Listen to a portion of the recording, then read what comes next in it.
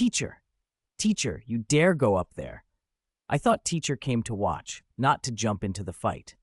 Teacher, steady yourself. Yuer has practiced water spraying for over 3 years and never used it once. Don't die before you've even succeeded. Yuer, can you be a little kinder? This is too much. Yuer is clearly a cultured person. Why don't you become my senior sister and teach me some manners? The ethereal figure leapt thousands of meters and in an instant stood face to face with a divinity in a deadly duel. The students on Sea God Island gaped in shock and scrambled to higher vantage points, hearts pounding. That was the divine trident and lightning able to kill million-year spirit beasts. If their teacher fell, what would they do?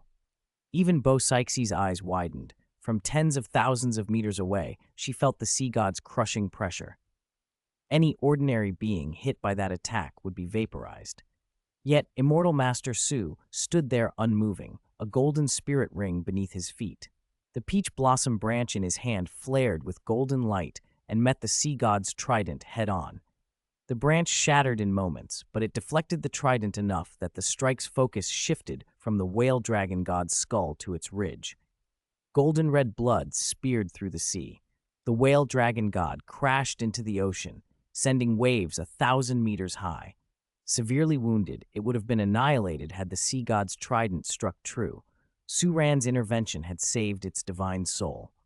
Immortal Master Su stood under rolling divine lightning, neither cringing nor arrogant, calmly meeting the sea god's will behind the eye of divine punishment, his gaze fixed on protecting the whale dragon god. Through the churning bloody water, the creature opened its misty eyes and looked at him. A single tear slipped free. It had not expected anyone to risk a divinity for it. Immortal Master Su, thank you, the whale dragon god breathed. The gratitude was boundless. If it could live, it would accept any fate Su Ran offered, mount or death, without hesitation. The sea god's voice boomed, low and cold. I am extremely displeased to see this happen. I value your talent, but that does not give you leave to meddle in all oceanic matters or to break the law of the divinities. Leave now, and I will absolve you. A wave of pressure washed over Su Ran and then faded like mist. He answered calmly, I am without sin. Life is precious. It took this whale 1,000,000 years to cultivate. If it were eaten by other beasts because it was weaker, so be it. But to struggle to ascend only to be stopped by the edict of a divinity instead of heavenly tribulation, that is a cruel fate. The sea god snorted. You have world-shaking potential and the peach blossom immortal chi, but you are still bound to the mortal realm, ignorant and reckless. Spirit beasts are born with original sin. They are murderous and cruel. If allowed to become divine beasts, who knows how many lives will be lost? They might even shake the god realm's authority. It must die. Go. If not for you intervening, I would not waste words. Do not test my patience. Su Ran's peach blossom eyes narrowed. What you say contains truth and error.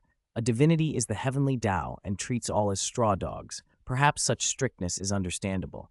But to punish future generations for their predecessors' sins, can that be right?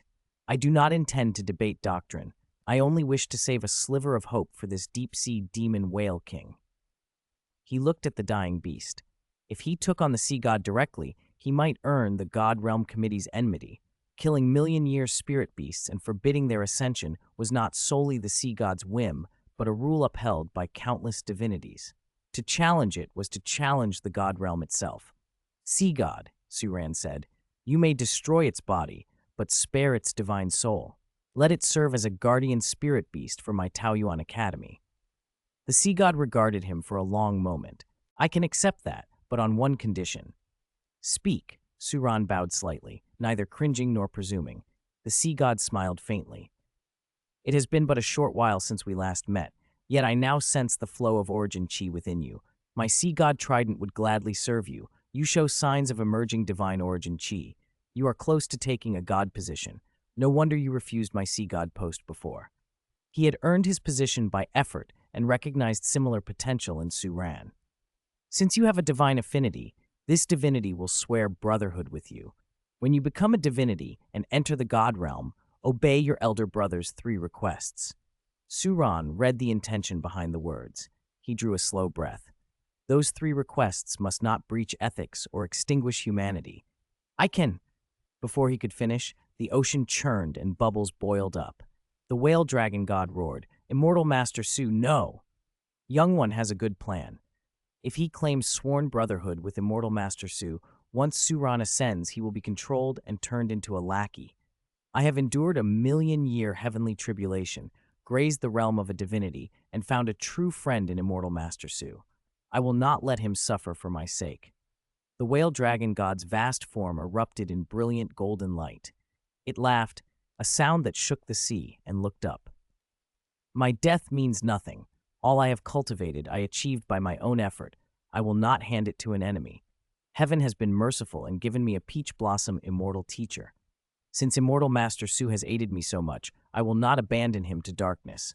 My life's cultivation and divine bones, I give them to Immortal Master Su." Its entire cultivation surged outward, turning into a dazzling golden blue domain that spread at blinding speed.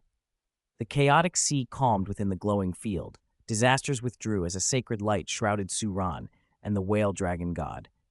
Even the heavenly tribulation's lightning could not penetrate the field instantly. Above the waters, a divine throne condensed, and steps extended down to Suran. Scales peeled from the whale's body and transformed, forming whale-dragon divine armor that wrapped around Suran. 4 words formed in his mind: divine beast sacrifice.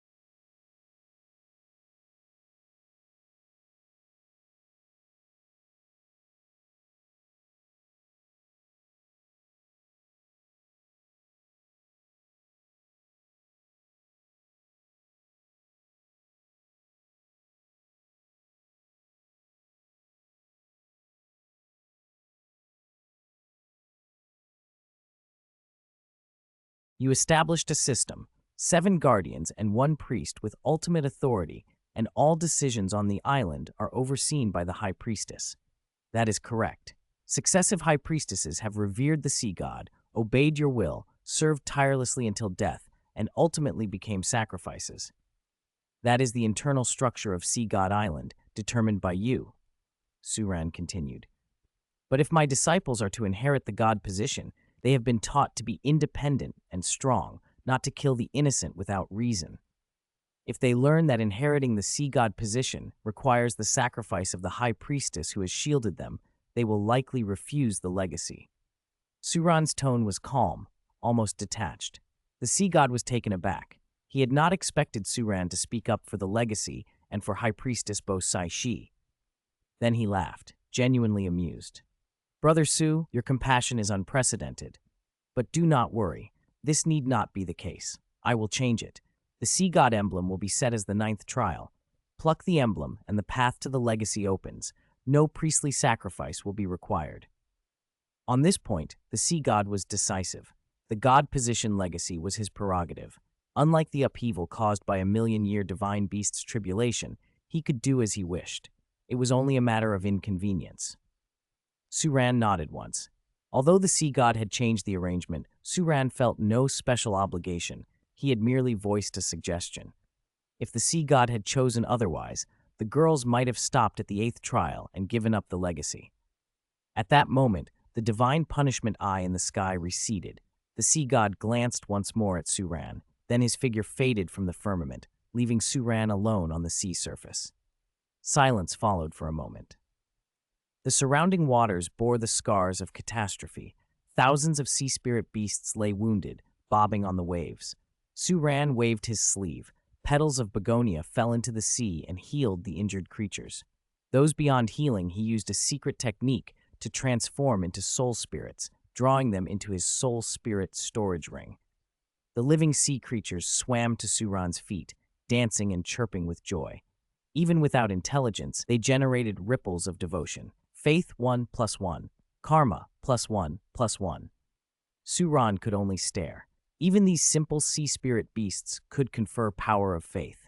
No wonder the sea god, a first-rank divinity, could nurture the sea god trident into a super-divine artifact. Super-divine artifacts are the most powerful tier of weaponry in the world. If their power is fully unleashed, they can rend heavens and earth and perform miracles. Divine artifacts grant tremendous combat advantages to divinities and evolve through continual nourishment by their wielders.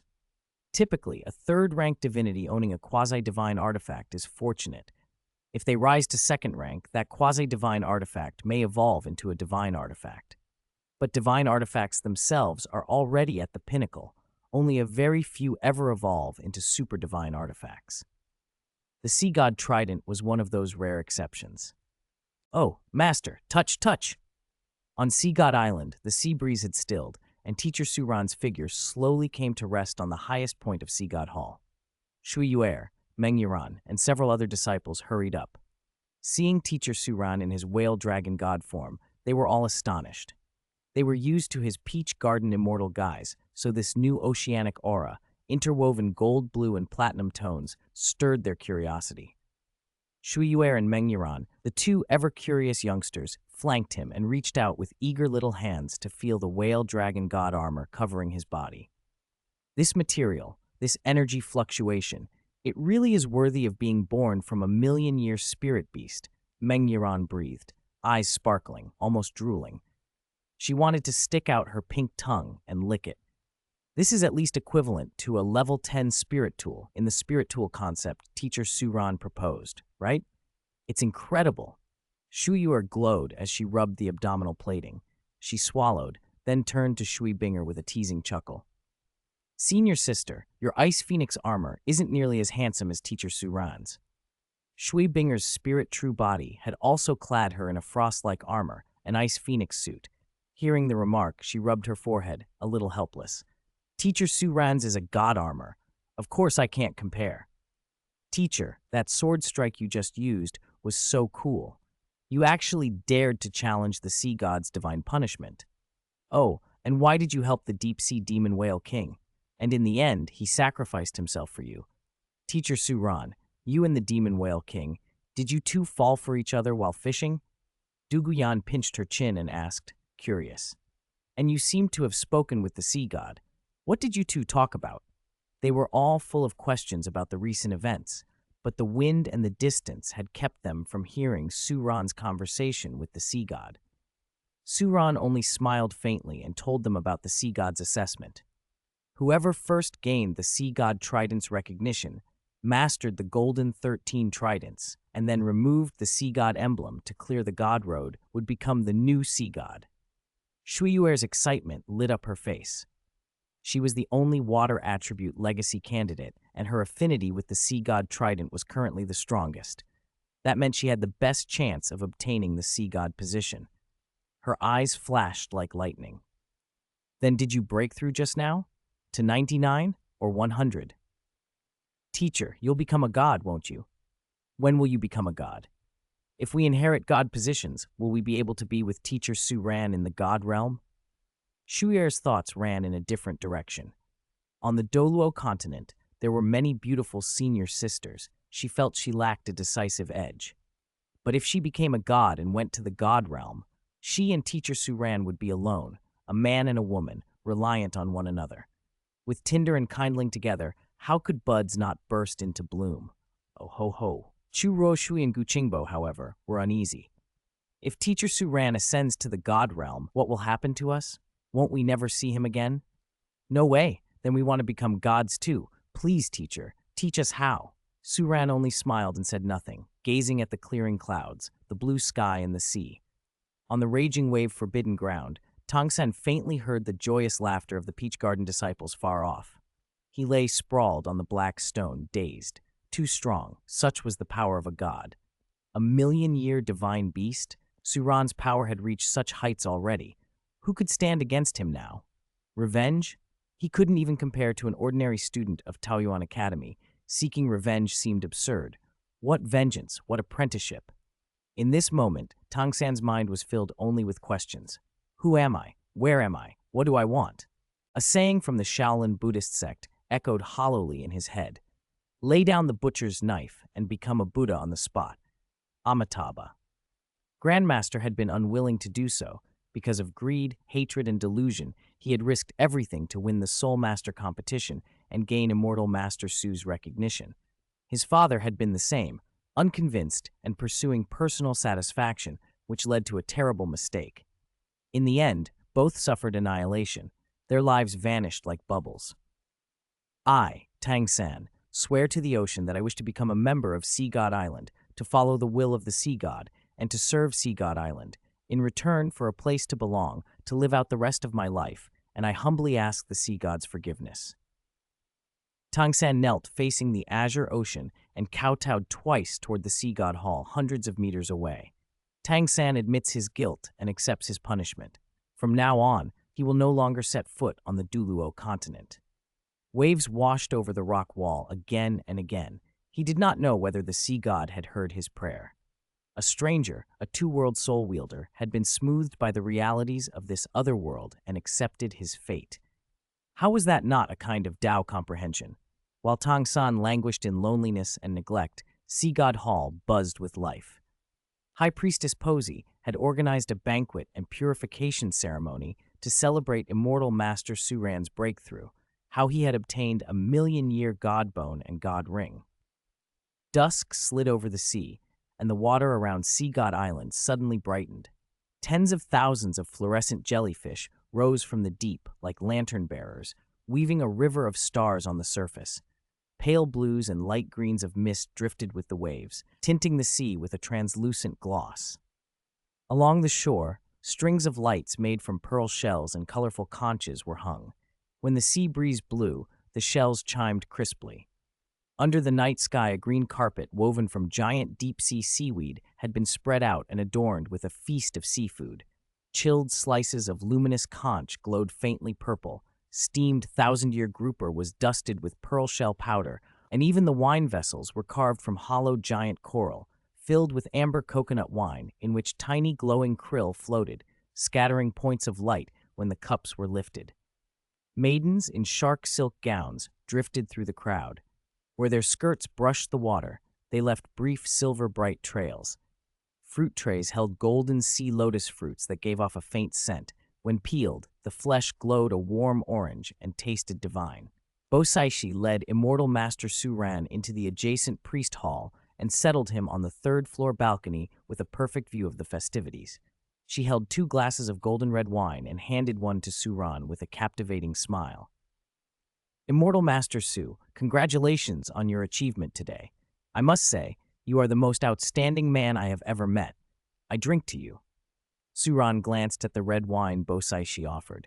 It smelled rich and fragrant. He did not refuse and took a small sip.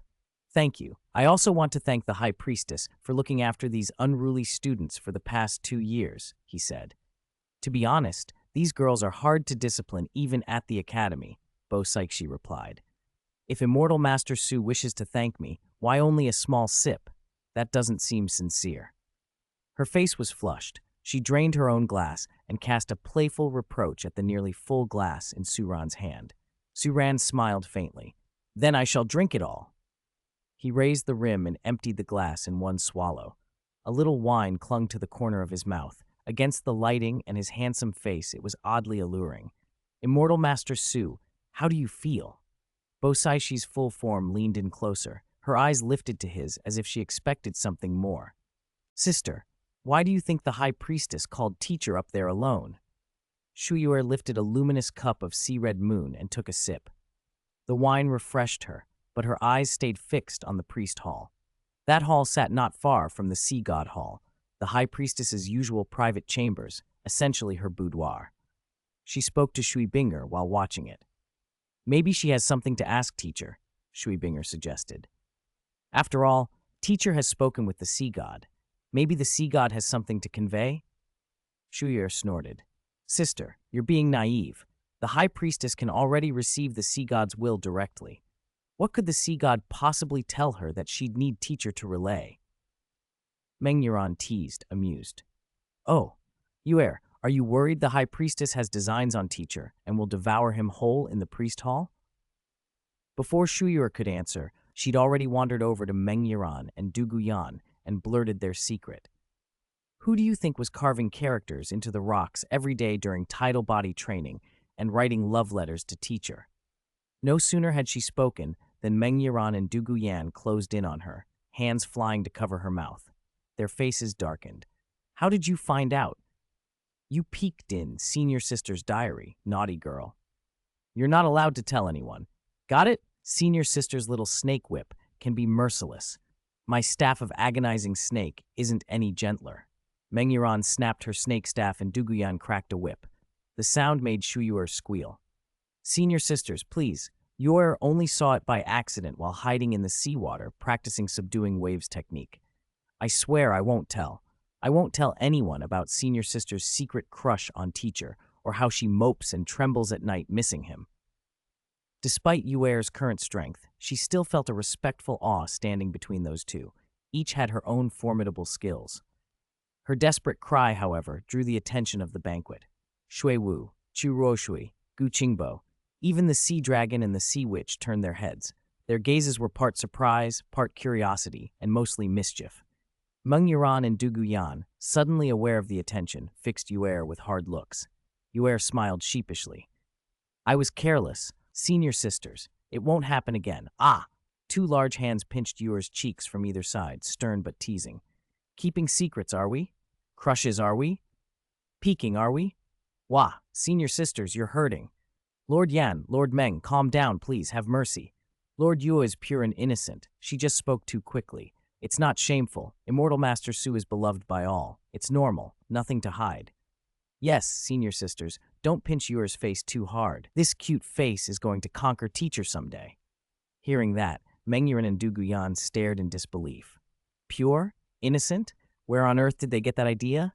This little one is the most prone to wild daydreams. Before they could retort, someone's voice called, interrupting them all. What are you staring at?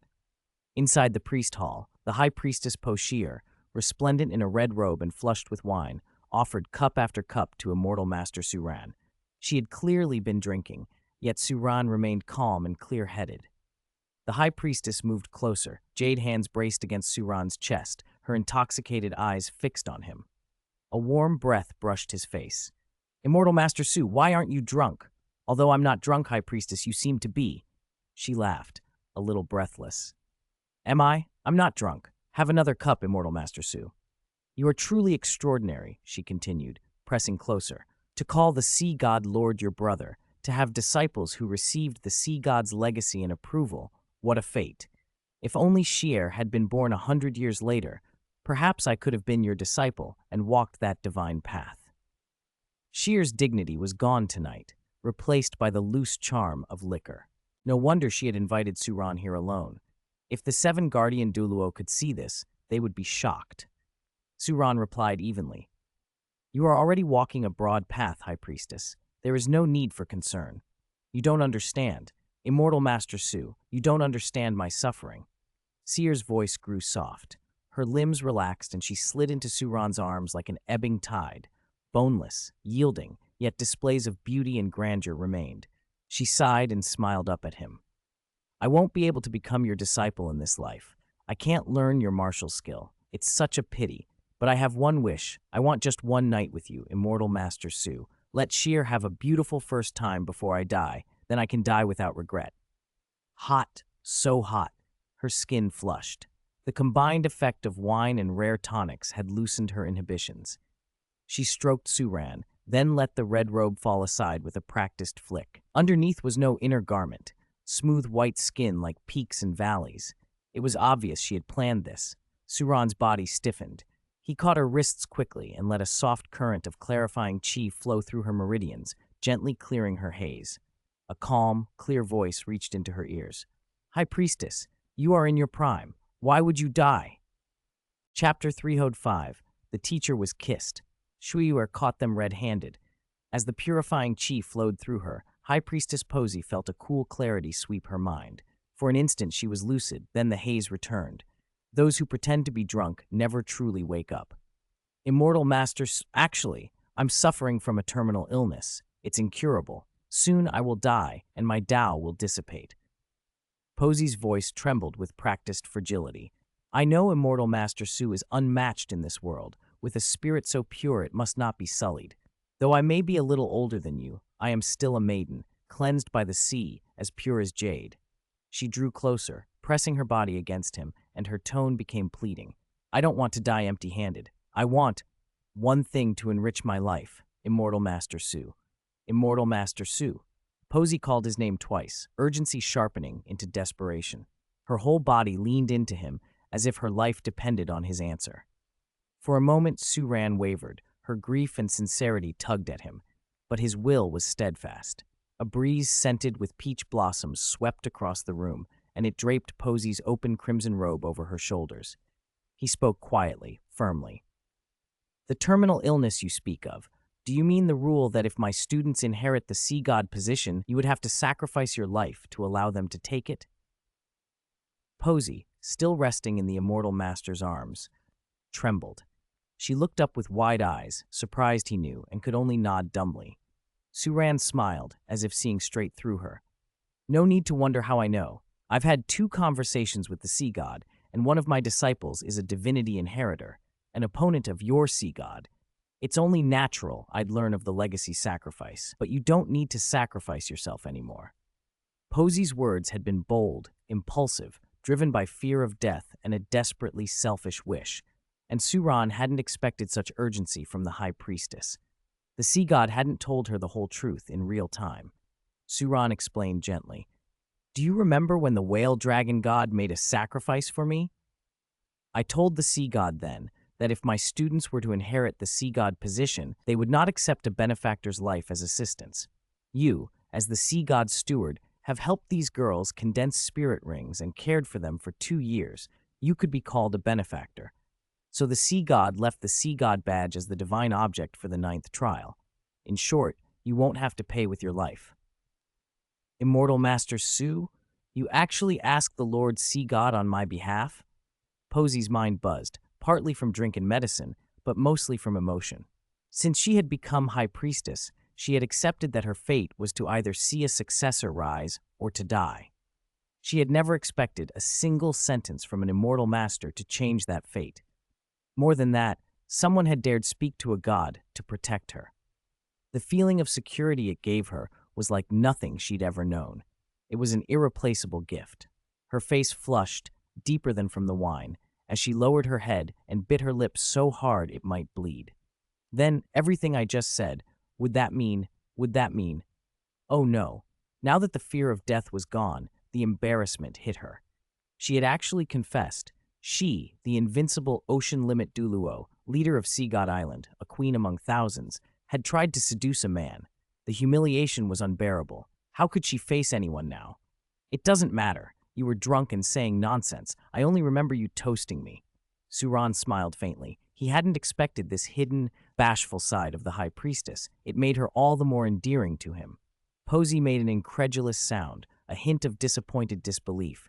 She had bared herself and lost face, and now he pretended not to hear?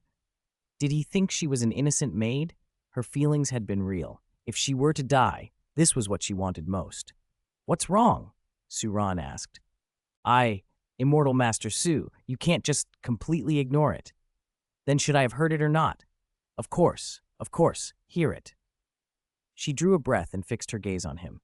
Your immortal grace, your peerless talents, whether in life or in death, my heart belongs to you. And then, impulsively, she kissed him. Her face came forward like a soft cloud, lips pressing to his. For a suspended moment, time stilled. Posey's heartbeat pounded like a drum, hard, fast, an ache of sweetness and shame. It was the first time she had kissed a man since she had grown conscious in this world, and the man's face was utterly breathtaking. Suran was startled. Her confession had come so suddenly, he had no ready reply. Then sounds came from the balcony. Suran hastened to pull Posey's robe tighter across her shoulders and, alarmed, asked, "Who's there?" "Teacher, you and High Priestess Posey, actually. Wow, teacher, you've changed. Teacher, you left us outside while you were doing this kind of thing? No more love left for us. Boo-hoo-hoo." First Bibi Dong, now Posey, one in the east, one in the west. "Teacher, is you are not tender enough? Is you are not beautiful enough?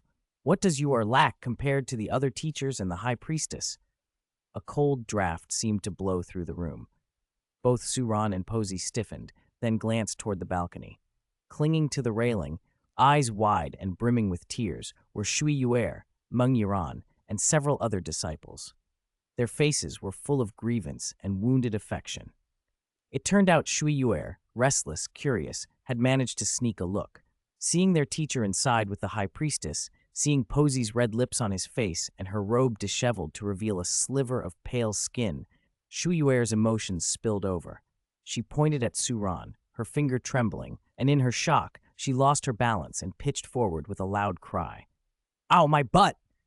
Posey tightened her grip on her scarlet robes and stole a nervous glance at Suran. Caught, of all people, by his disciples, what should she do? Would immortal Master Su blame her? Chapter 306. You can make any request. Teacher can handle it. How boring. Truly boring. I don't want to live anymore. What good is this butt to me? It can't even hold teacher tight. Just let me die. Shuyuer lay sprawled on the grass, faced the picture of utter despair. Shuwu and Meng Yuran sat beside her, hugging their knees, silently contemplating their misfortunes. Hearing the commotion, Shui Binger and several junior sisters drifted over. Seeing Yuer and Meng Yuran's dejected looks, Shui Binger couldn't help asking, "What's wrong? I told you not to secretly watch teacher, but you couldn't resist. Did teacher scold you again? Did he hit you on the head this time, or slap your hand?" Shui Binger came up and stroked Yuer's head, teasing but clearly concerned.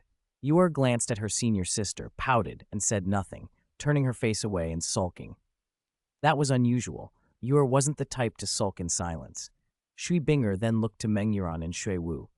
"Senior sister Meng, senior sister Shui Wu, what's going on?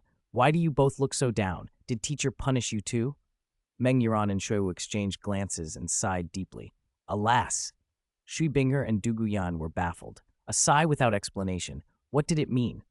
Many years ago, Du Guyan had witnessed senior sister Rongrong and junior sister Xiao Wu being reprimanded for peeking at teacher at the ice and fire yin-yang well. She never expected the same scene to play out again. Wanting a glimpse of the immortal teacher's pleasure had brought nothing but trouble. How much joy Rongrong and Xiao Wu had once felt, and how much sorrow Yuer and Shuiwu were feeling now. At that moment, Teacher Su Ran, dressed in a white robe embroidered with a dragon, slowly emerged from the priest's hall. Shuiyu, still sulking, caught sight of him and turned her face toward him with a sarcastic, passive-aggressive tone. Senior sister, a mature woman like the great priestess is truly more charming. We can't compare to a woman as noble, powerful, and well-formed as the great priestess. Obviously, teacher has other women who can make him happy. Better at talking, better at acting spoiled. It makes me look unreasonable. How dare we compare to the great priestess and His Holiness the Supreme Pontiff? We're nothing but humble water spirit masters. I'm also parentless and alone, alas. How could I possibly compare to the great priestess, who has a vast family and the entire sea god island behind her? No wonder teacher likes queens, not maidens. Shui Binger and Du Guyan, who had just greeted teacher, now looked at Yuer in surprise. Junior sister is bold. How dare she speak like that? Had she finally snapped? Suran only smiled. It seems Yuer has a lot of opinions about me. Humph, Yuer huffed twice. Though still angry, the moment she saw teacher's handsome face, her heart softened. She couldn't stay mad. She huffed again, pretending to be indignant, something like a tsundere. Teacher, Yuer, senior sister Yuran, what exactly happened to you? Could it be that you just now witnessed teacher and the great priestess? Shui Binger guessed. For teacher to be slightly flushed and embarrassed, and for Yuer to be so sarcastic, there was only one possibility: jealousy. Had Yuer and the others seen an intimate moment between teacher and the great priestess? Shui Binger stared at Suran. They all remembered the earlier lesson. Senior sister Rongrong and junior sister Xiao Wu had an East teacher precedent. If they didn't keep watch and another woman edged them out, they'd be ready to throw themselves into the sea. Teacher, what did you do? Du Guyan demanded. Teacher, if it were only Yuer sulking, that'd be one thing, but senior sister Yiran and senior sister Shuiwu are sighing too. Did you really do something, teacher? Exactly. It's not that we don't trust teacher, but when you're out and about, you don't know how to protect yourself. As teacher's disciples, we must protect him. Confess and we'll be lenient. Resist and we'll be harsh. Shui Binger, Du Guyan, Chu Ruoshui, Gu Qingbo, and the others rallied to Yuer and Meng Yiran's cause. Suddenly, Peach Garden Immortal teacher Su Ran was surrounded by 9 students, 9 pairs of determined eyes pinning him like he'd walked into the Daughter Kingdom's interrogation chamber. Su Ran spread his hands helplessly. If he told the truth, that the great priestess had been pursuing a certain dream with him, and there were Sea God Island powerhouses nearby, it would sully her reputation. If he didn't explain, these students wouldn't let him off. Yuer, you're misunderstanding, he said. The great priestess and I were actually discussing serious matters concerning the sea god's 8 and 9 trials for ascendancy. And even if the great priestess and I were involved in something else, shouldn't it be your East teacher who chastised you? Have I spoiled you too much if you're going to pressure your teacher like this? He put on a mock-serious expression. Normally, the students might have fallen for such a dodge. Not today. Instead, his words only fueled their indignation. Oh my, oh my. Shuyuer sat up, patted her soft bottom, and in the dim light, walked over to inspect a faint mark on teacher's face. Senior sisters, look. See? It turns out teacher was doing it for our good, and Yuer was wrong to be angry. This faint mark on teacher's face must have been caused by an accidental blade nick. What a pity to see teacher's handsome face damaged. Yuer failed to protect him. This disciple deserves to die. We're only here to learn. We should be obedient, train our skills, and not indulge in fantasies. How could we question teacher's authority? Of course, teacher can go wherever he likes and be with whoever he wants. How dare we complain? Alas, I was picked up, but how could I ever enter teacher's heart? I deserve it. I deserve it. Their sardonic volley made Suran's head spin. He felt strangely ashamed. These students' mock confessions really hit him. He wiped cold sweat from his brow. He'd never been rattled facing Clear Sky Douluo Tanghao, Angel Douluo Qiandaoliu, or even the Sea God, but this was another matter. Then what will it take for you to forgive teacher? He asked, stepping back and conceding. You can make any request of teacher, he added. At those words, the students' sour faces brightened instantly. Suspicion turned to eager expectation. Shu Yuer blinked, a soft hum escaping her. She'd been waiting for that very sentence. How could we make any demands? Teacher is our teacher. How could a disciple possibly make demands of teacher? They protested in mock humility. Anything you want, Suran reiterated. Really? They all exclaimed. Oh ho ho! Chapter 307. Fed tonight, fierce tomorrow. Overpowering all the senior sisters. How about teacher's precious elixir that can increase the age and quality of your spirit rings and spirit bones, boosting your strength by more than 20%? We can raise our spirit ring age by passing the sea god's assessment, but a good spirit ring or a higher quality spirit bone isn't what we want most. Then have teacher teach each of us a unique skill. More techniques never hurt, more options to combine and explore. If we learn another unique skill, can we beat teacher? Of course not. No, another unique skill might open new paths, but it won't let us beat teacher or overpower him. It's useless. Then what do you want? On Sea God Island, under a spread of indifferent stars and a cool, salt-scented breeze, Immortal Master Suran felt anything but cool. He stood surrounded by 9 of his disciples, who were not placated by any of the rewards he offered. Precious elixirs, spirit bones, unique techniques, these things were all trivial to him, small pleasures the way one might pluck a few pearls from an ocean. But to the girls, they were not enough. They suspected teacher of favoritism and wanted what the Grand Priestess had apparently received, a clear sign he cared. Specks of starlight fell across Shu Yuer and Meng Yuran. Shu Yuer rubbed at her slightly reddened eyes and sniffed. Whatever the Grand Priestess got, we want the same, she declared. No, another piped up. We want something even more precious. Teacher's care is for his students alone. If others get it too, it loses value. Shui Binger and Du Guyan nodded vigorously. Shui Yuer, who usually teased and goofed off, could speak for them all when it mattered. They had all quietly suffered under teacher's domineering aloofness and nursed grudges. None of those offered trinkets or new techniques could make up for the affront of seeing the Grand Priestess singled out. Yuer, don't make things difficult for teacher, someone cautioned. Look, Shui Yuer said with a mischievous grin, I only said a few words and teacher's already sweating. Maybe I should stop before I bully him too much. She turned on a pout in an instant. She pointed a slender finger to her lips and dropped her voice to a conspiratorial hush. I want to sleep with teacher tonight. That's all. If the man had been anyone else, Shu Yuer's request might have been mistaken for a reward. The other girls blinked, then their eyes lit up as if a bright fire had been kindled. To hold teacher overnight, to curl in his arms and feel his warmth, none of them had imagined such a gift when they enrolled.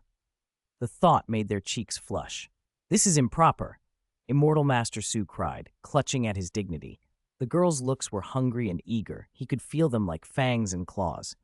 He had been innocent in the matter with the Grand Priestess. Still, their tone suggested he owed them some compensation. He tried the safest option, postponement. All right, fine. Teacher agrees, but you're still young. Wait until you graduate, then do as you like. Be good, girls.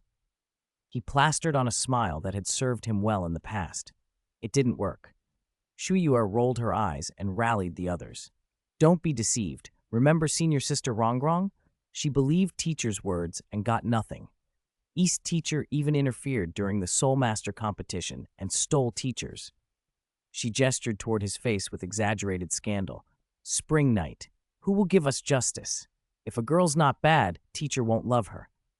We're not children. We've all had our coming-of-age ceremonies. Wait any longer, and we'll become old maids, someone complained, and their eyes filled with silent grievances. Suran rubbed his temples.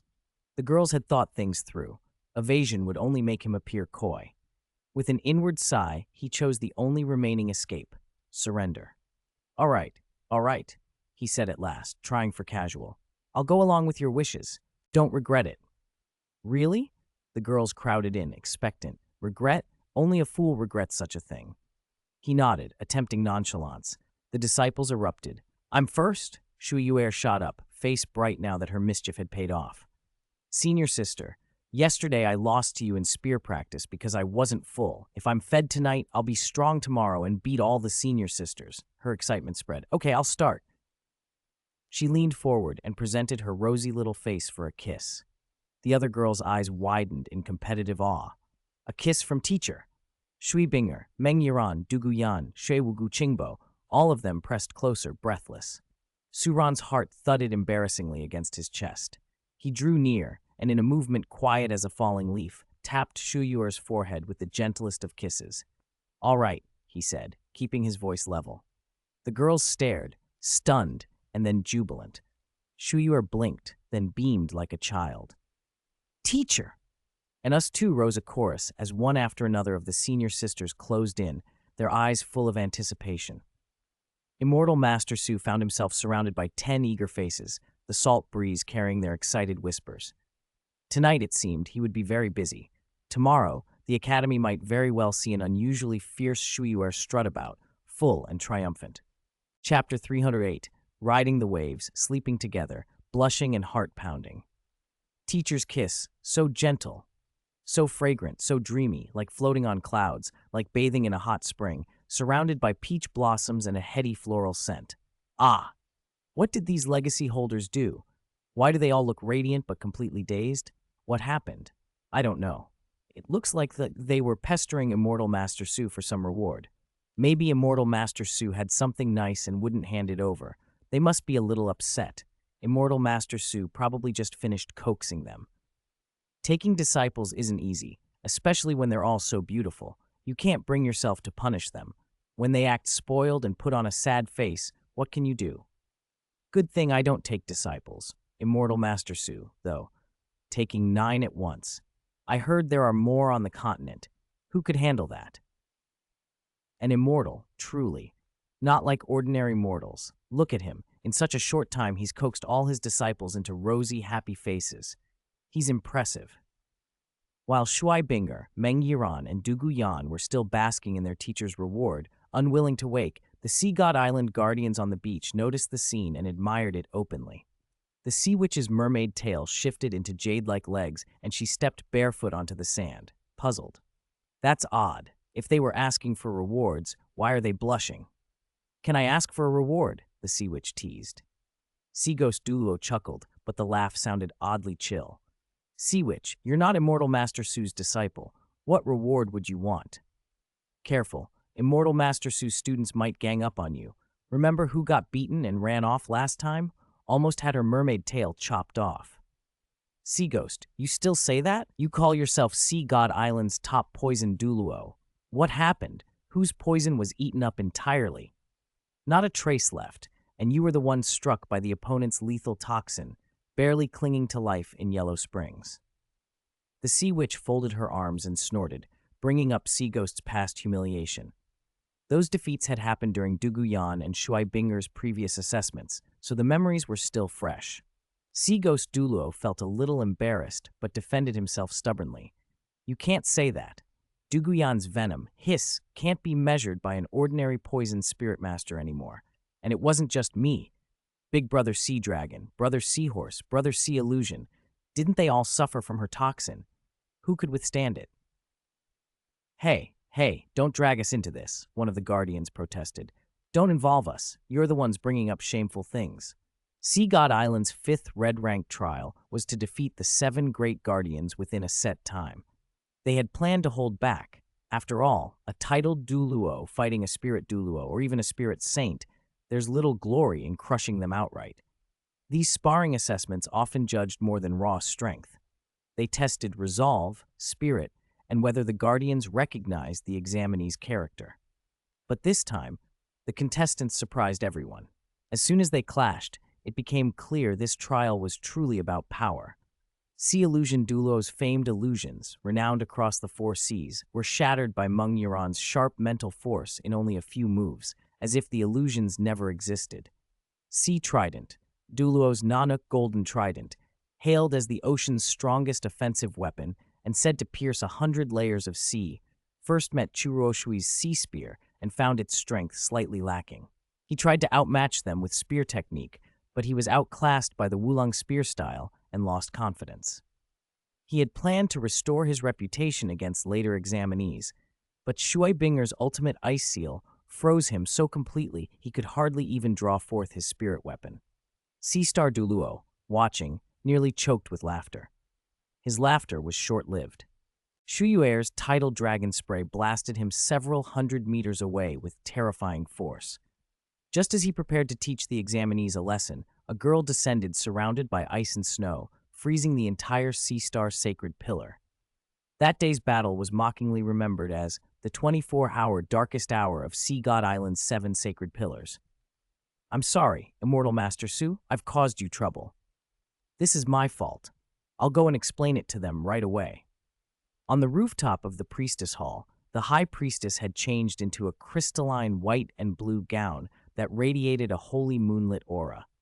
Her gaze toward Suran was gentle, edged with something like affection. Learning that Immortal Master Su had been pestered by his disciples because of her, she felt apologetic. Now that she no longer had to sacrifice herself, she no longer felt rushed. After more than 100 years of waiting for the man who saved her, why rush? Soon, Immortal Master Su's disciple would inherit the Sea God title and the role of High Priestess. Then she would have plenty of time to pursue him.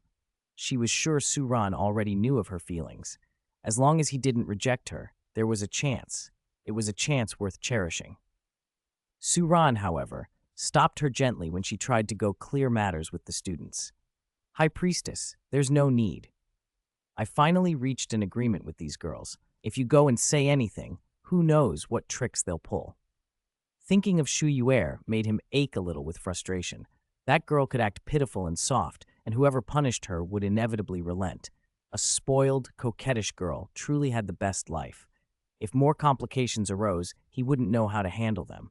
The High Priestess hesitated. But Immortal Master Su, they want to hug and sleep with you.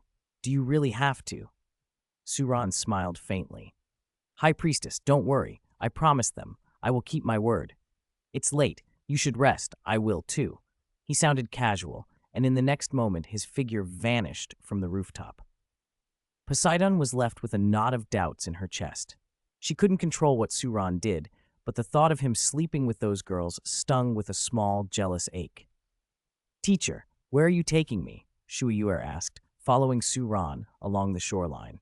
She clasped her small hands behind her, the pebbles cool under her feet. Her heart fluttered with nervousness. Suran glanced back and said, You wanted to sleep with your teacher, didn't you?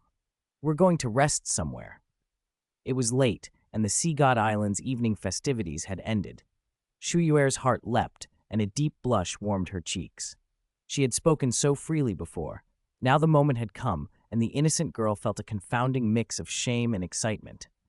Then, where will Yuer and teacher rest? She asked, biting her lip and lowering her eyes shyly. On the waves, Suran said, pointing to the dark, surging ocean under the starlit sky. Shu Yuer froze for a moment. On the waves? Really? Yuer is willing, as long as teacher likes it, she stammered, cheeks aflame. Maybe sleeping on the waves will be a unique experience. Suran said calmly. Under the stars, Shu Yuer's face burned crimson down to her earlobes as her imagination raced. He likes to be outdoors by the sea. How thrilling. I'm only a girl. Forget it. Who told teacher to be so handsome? Who told me to like him? I'll just go along with him. There's nothing I can do. Then let's go. I'm coming, teacher. In a blink, Suran stepped onto the waves and lay back as if on a lotus leaf boat. The water held him gently. Shu Yuer hurriedly set her mind into the flowing water intent, activating the water attribute of her spirit, and joined him, riding the waves to catch up. Teacher, be gentle with me. Chapter 309. One day, I will make my teacher submit and call me Queen Yuer. Whoosh, whoosh. Dawn spilled a pale gold across the sea, turning the waves into rippling bands of sunlight and scattering flecks of light like gold dust. On the shore of Sea God Island, a handful of students, Meng Yiran, Shui Bing'er, Du Guyan, Shui Wu, and the others, were already planted against the coconut trees, waiting. It was still early, and everyone was a little sleepy, but excitement kept them alert. Yuer must have slept like a log last night. She was in the teacher's arms the whole time, one of them whispered. Knowing Yuer, she might not have slept at all, Shui Bing'er mused after a moment. Chiruo Shui shot a look at her that was full of implications. Do you mean she slept too comfortably or too uncomfortably? Shui Bing'er flushed and fumbled for words as her imagination went wild. The chill, that usually clung to her seemed to warm embarrassingly at the thought. This opportunity to learn from Yuer's experience was rare. When else would they have a chance to find out what it's like to be close to the teacher? The other junior sisters were just as curious and just as scandalized in their private thoughts. Just as the girls were inventing ever wilder possibilities about what might have happened between Shui Yuer and their teacher, a figure appeared, white-blue against the morning light, walking on the waves. As she drew nearer, they saw that she looked exhausted and a little worn out. Her clothes were wet, hair clinging to her pale skin.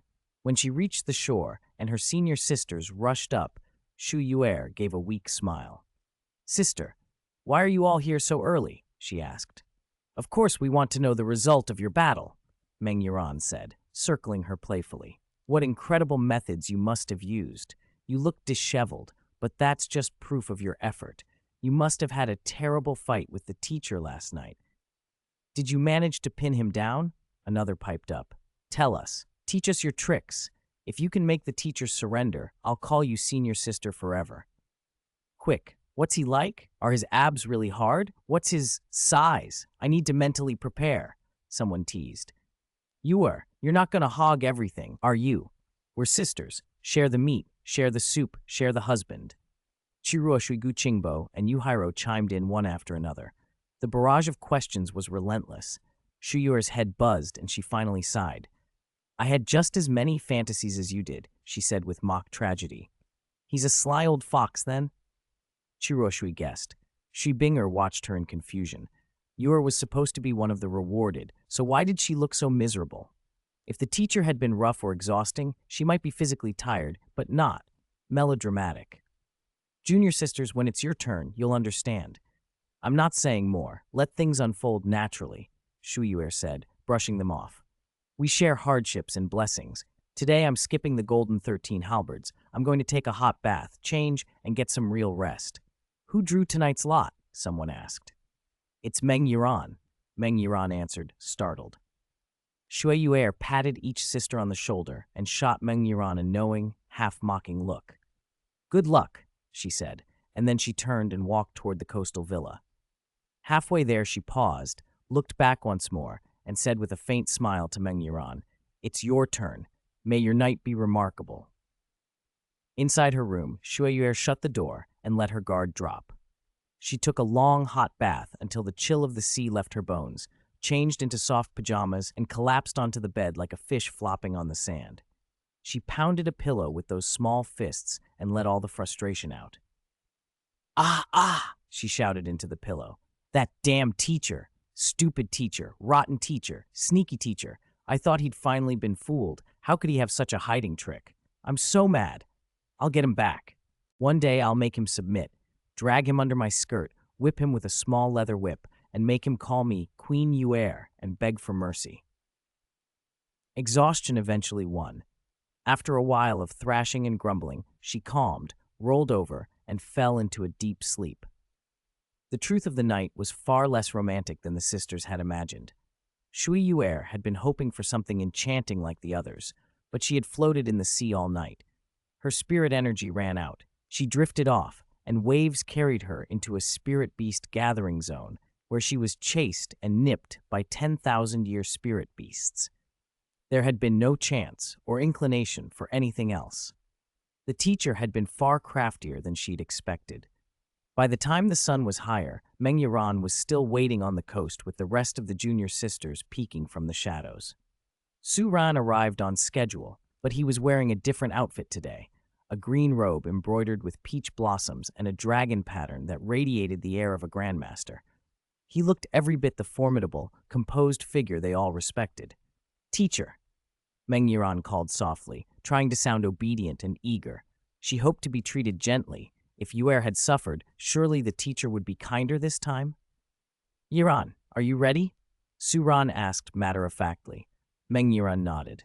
"Always ready. Do your worst." Su Ran produced 2 peach blossom branches, each about 8 feet long, and with a small motion settled his weight onto one, balancing on it as if it were solid ground. The other he laid horizontally in front of Meng Yuran.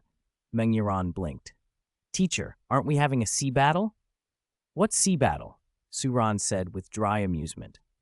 You girls are so eager to see how the teacher rests, how he sleeps. Today the teacher will lie on the branch, letting the wind carry him, will roam the sea and sky. Meng Yuan hesitated, then sat on the horizontal branch, swaying a little as it moved. An air battle? She asked, breathlessly excited and a little bewildered.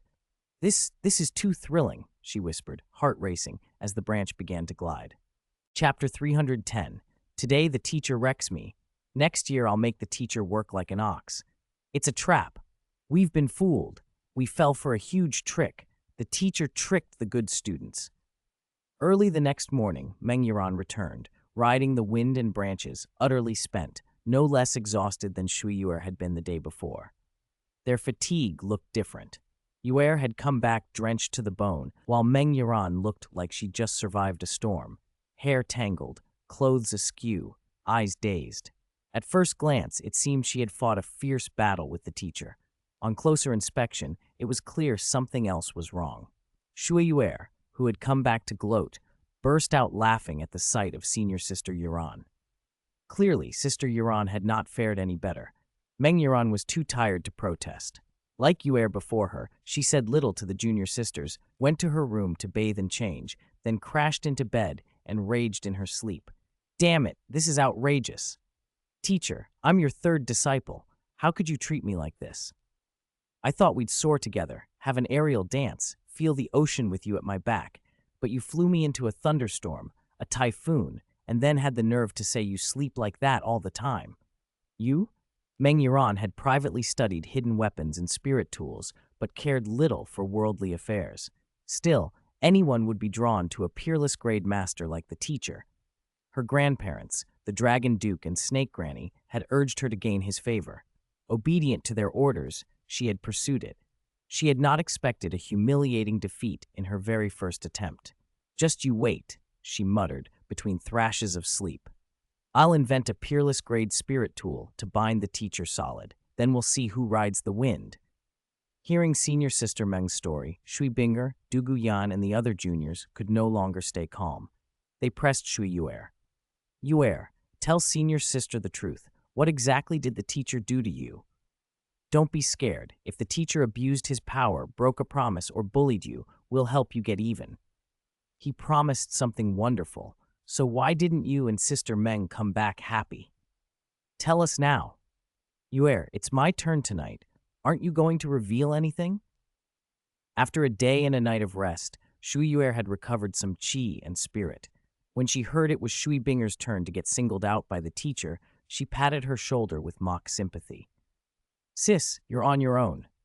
The teacher said that since Rongrong and the others won the Soul Master competition, he rarely sleeps in a bed. He sleeps out in the open, ultimate freedom, flowing with water, rising with the wind, perching on branches. Everywhere is a bed. Yuer left it at that. The hint was enough. The teacher's unbound nature and his cultivation realm put him beyond ordinary constraints, sleep included. A bed was meaningless to him. No wonder he had agreed to their little plan. The real catch had been waiting all along. Shui Binger, Du Guyan, and the others fell silent, faces darkening. The teacher could rest by surfing waves and riding wind currents. They could not. They might manage an hour or two, but over long stretches they would be exhausted. And while trying to stay balanced on moving currents or gusts, their attention would be on technique and survival, not on any romantic, intimate moment they'd hoped for. What now? Senior Sister Yan, are we still going? Senior Sister Yuan couldn't handle his wind sleep. Aren't we just asking for trouble? Are you scared? The explanation made Chu Ruoshui, Gu Qingbo, and the rest want to back out. The teacher had been cruel, tricking them like this. But Du Guyan braced herself and said, teeth clenched, of course we go. This is training. It's a challenge he set for us. It's one-on-one special instruction. That's worth anything. If we can endure this, if we can learn to sleep with him out in nature, then we'll have gained something invaluable. Taoyuan students are not cowards. Du Guyan's words rekindled their resolve. Yes, the teacher had turned their dream into a trial, but one-on-one special training with him was an incredible opportunity. Not every student got to cultivate under him directly. Besides, the teacher's mischief often hid purpose. After enduring it, Yuer's understanding of the sea deepened. She came back with tidal power fused more closely to the ocean. Meng Yiran, who had been sent into storms, returned with sharper environmental instincts and better body control. Her trident practice had improved. Even though they had accused him of trickery, the teacher had woven lessons into the ordeal. Encouraged, Shui Binger, Chu Ruoshui, and the others squared their shoulders. Hands clasped, they cheered each other on. Whatever tricks he has, we'll face them. Persist and you'll win. Let's give it our all. Go for it. In the following days, the remaining disciples endured their own unforgettable nights with the teacher. Some rested with Suran on clouds, imagining soft cotton-like beds and a gentler master. Once inside the clouds, however, they found water droplets, mist, ice crystals, even lightning.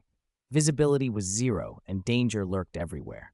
They emerged drenched and chilled, hair soaked and skin bristling with static. But the line, "I slept in the clouds with the teacher," made good gossip and jealous looks from other disciples.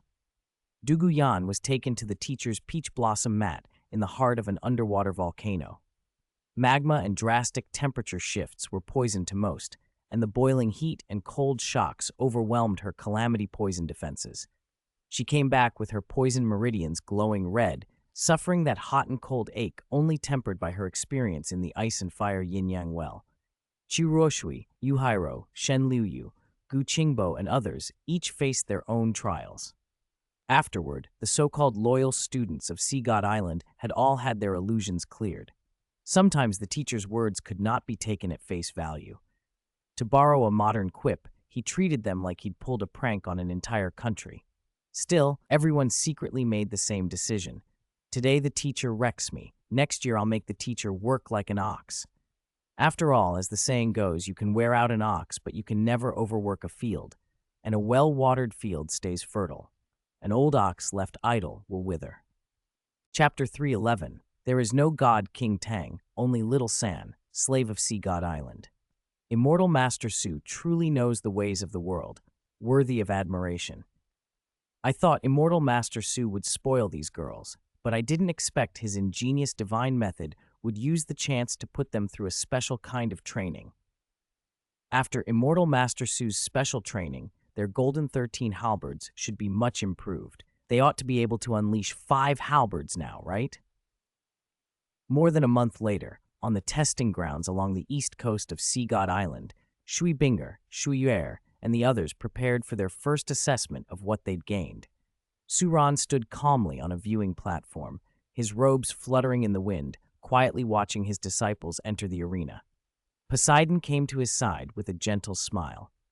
She had heard the girls grumble about Immortal Master Su while they practiced.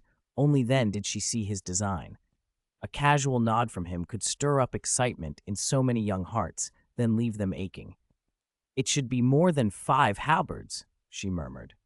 Suran answered indifferently. Regarding the matter of tricking students, well, he had no reason to boast. As a master, he had taken in a group of talented but unruly pupils. Those who didn't know might think he deliberately surrounded himself with these girls, though in practice it had little difference from raising them. More than 5 halberds? Immortal Master Su, even though I know these children's talents are extraordinary, the Golden 13 halberds is the sea god's signature art. After inheriting the god position, it can even evolve into a top-tier divine skill. I, who traversed the Douluo seas for 1,000 years, finally ascended to the sea god position and forged the Golden 13 halberds, unsurpassed across the oceans. In Poseidon's heart, and in the minds of all guardians on Sea God Island, the Sea God Trident was holy and the Golden 13 halberds a legendary oceanic technique. Not even unleashing one of its moves was easy. 5 in under 2 months was almost unimaginable. So Poseidon had expected perhaps 5, yet Suran seemed to think even that underrated their comprehension. The Sea God 13 halberds is indeed extraordinary, an all-round ultimate skill. Without the Sea God trial and the ocean affinity needed to wield the trident, mastering it would be very difficult, Suran said, unperturbed. But these girls have trained for years and developed their own understanding of skill and moves. There may be surprises. The Golden 13 halberds was a technique Suran still deeply respected. It matched the Sea God trident, If pushed to great perfection, it could surpass even the Grandmaster level ultimates he taught. Each halberd had unique properties and functions. No mere hammers could compare. Yet more than a month ago, Su Ran had used the girl's youthful impulses as a doorway for a different kind of tempering. It resembled sleeping beside their master, but that seemingly careless intimacy contained the laws of the great Tao of nature. It helped their cultivation technique progress. Shui Yuer, Shui Binger, and students like Yanzi and Yiren had seen rapid increases in spirit power, the apparent age of their spirit rings, and their spirit bone absorption. Their inherent structures and physiques had nearly reached their limits. What they needed was an opportunity to release their essences and transform. Now they looked healthier than ever, cheeks flushed, walking into the training sand arena surrounded by sound and shock-absorbing sea trees. Dozens of buoys, tied with blue ropes, drifted in the bay, devices to absorb Spirit Master energy and prevent disturbance to the sea. In the very center floated a silver-blue stage capable of detecting skill effects and the power of a Spirit Master. Ladies, please come this way. At the East Coast testing ground, when Du Guyan and Shui Binger entered, they unexpectedly found a familiar face waiting to greet them. Shu Yuer frowned and pointed at Tang San. "Isn't that Tang San? Weren't you training in the tides? How did you end up here as staff?" Tang San felt the wary, distrustful gazes and spoke respectfully, lowering his head. "Honored Red Trial adults, please forgive me. After undergoing the baptism of the Sea God's will, I decided to remain on Sea God Island in service. The Great Priestess showed me mercy and reduced part of my punishment, allowing me to enter the third trial, achieving at least an A rank on this ocean testing ground. So that's how it is." Shu Yuer studied him. The boy had become noticeably humble, his eyes no longer sharp. He kept his head bowed slightly and offered small, servile bows. "When did you get so obsequious? I remember you used to be so brash, always trying to beat us. You're even a Clear Sky sect descendant. Our Taoyuan Academy and the Clear Sky sect have a big feud," Shu Yuer said, arms crossed. Tang San gave a bitter smile. "Respected adult Shu Yuer, Little San was ignorant before, which caused a great calamity. Little San cannot blame the Academy for the sect's misfortunes. Respected Red Trial adults, please be lenient with Little San. In the future, you will be heirs to the priesthood on Sea God Island and may inherit the Sea God position. Little San will follow your commands, and my life and death will be in your hands." His words were not empty. With his previous black level 6 trial strength, Tang San might once have become one of the 7 sacred pillar guardians. Now, with 9 Taoyuan students competing, his fate would be decided by Shui Binger, Shui Yuer, and the others. If one of them inherited the Sea God position, he would have to obey unconditionally. Without the Sea Gods and the Great Priestess's permission, he could not leave Sea God Island, otherwise the Sea God's brand might explode and kill him. Shui Yuer relaxed at his tone. "All right, to err is human, to forgive divine. Since your attitude is acceptable, we won't make an issue of it. But remember, if you dare to harbor ill intent like that Tang Rat, we can deal with you without Master needing to act. Understand?" "Understood," Tang San replied, bowing. "All right, Tang San," Shui Binger said to ease the mood. "Since you'll be tested here, explain how the test works and what the standards are." "You can call me Little San or Little Tang," Tang San said, then calmly described the platform. "This East Coast testing platform is linked to the power of the 7 sacred pillars. A tester steps onto it and releases their power. The system detects attributes such as power, speed, skill effect, elemental quality, mental force, accuracy, and more. Through feedback from the 7 sacred pillars, the platform issues a rating from D up to S+. It is said that, generally, the comprehensive rating of a titled Douluo at the 91st degree can reach around S rank. My current testing rank is only B rank. Chapter 312, Secretly Hiding Underwear. So this is the kind of Binger you are. On the testing platform, the 9 Taoyuan students took turns wielding the trident and performing the Golden 13 halberds. Tang San's third trial only required an A grade, but the requirements for the Taoyuan students were much stricter. As Sea God candidates, Shui Yuer, Shui Binger, and Du Guyan had to reach beyond the limit. The other senior sisters needed to hit the S+ cap. If they'd been tested with the Sea God trident itself, Exceeding the limit would not have been difficult. The sea god trident was a divine artifact, some 108,000 caddies in weight, soaked through with pure origin chi. If its power were truly unleashed, it could cleave off a chunk of Sea God Island. But this test was about learning achievement, so they were assessed with an ordinary iron trident, which made success far harder. On paper, an A and an S plus might look like only one rank apart, but in practice that gap represented the difference between a spirit saint, a spirit Douluo, and a titled Douluo by some 70 to 80 ranks. To surpass S plus, a student needed overall attributes no lower than rank 94, close to a rank 95 super Douluo. So the test measured not just brute strength but mastery, understanding and combining each of the 13 halberd moves to maximum effect. The first moves the students displayed were sweeping and confident. The testing platform filled with sea illusions and lay fish, mermaid songs, and poisonous chi attacking from every direction, simulations of the 7 guardian Douluo of Sea God Island. Fortunately, the students had already faced those guardian Douluo separately and had trained intensively. They reacted quickly to the combined onslaught while executing the Golden 13 halberds. The first move, Undulating Storm, is a control technique supreme in the ocean, merging offense and defense. It calls on the ocean to form rings. Once hit, a target is bound and cannot move. With the Sea God Trident, the control would last at least 3 seconds. On the platform, the more sea illusion spirits a student trapped, and the longer the control held, the higher their score. The second move, Thousands of Years, long and distant, is area of effect. More targets hit and greater damage raised the score. The third, No Return, was a single target strike that condensed immense power at the halberd's tip to pierce wave after wave. Scoring depended on accuracy and force. The fourth and fifth, Sea Shield and Sea Slumber, focused on defense and mental effects. Each halberd had its specialty, so high scores came from understanding and weaving them together, not only from raw power. Tang San's assessment was simpler. He couldn't learn the Golden 13 halberds anyway. He only needed to perform like an advanced spirit saint to early spirit Douluo to pass. He stood at the edge of the platform, watching Chu Roshui, Gu Qingbo, and Yu Hairo display impressive halberd techniques. Though perhaps not deeply rooted, their moves were powerful and distinct. Each of them scored far above him, worst case an S. It's like they're already advanced spirit Douluos, even titled Douluos. Tang San thought with envy and awe. Then, as an absurd thought flickered through his mind, he broke into a cold sweat. "Don't be ridiculous," he scolded himself.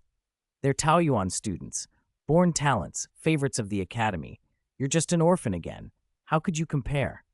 He reminded himself of his origins in Saint Spirit Village, of being happy despite poverty before he discovered Spirit Masters. The path since had brought complications and pain. Pride and refusal to yield had been the root of much suffering. He resolved to yield now, stay on Sea God Island as a servant if need be, live, and be grateful for whatever scraps of favor he could get. Time passed. The early top-tier candidates all attained S to S plus ratings. As Suran had predicted, many had mastered 5 moves, and some already the 6th, 7th, even 9th. Meng Yuran in particular cleared the red examination test outright and could proceed to the final trial. The last to be tested were the Sea God Inheritance candidates, Shui Yuer, Shui Binger, and Du Gu Yan. Whoever first unified body and halberd to break the limit would be qualified to wield the Sea God Trident and claim the Sea God badge. When Shui Binger stepped forward, Poseidon, who had been watching from nearby, went weak in the knees. Suran caught her. "Great Priestess, what's wrong?" Suran asked. Poseidon pointed at the stage and gaped. 11 halberds. She reached 11? She's only 2 moves from mastering all 13, and she's learned them in less than 2 months. "Binger's comprehension is extraordinary," Suran said. "When I taught her Ice Frost Phoenix and Heavenly Frost Fist, she learned them just as quickly." Poseidon, flushed with admiration, leaned towards Suran and suddenly produced a pair of underwear from her embrace, hands trembling as she offered them.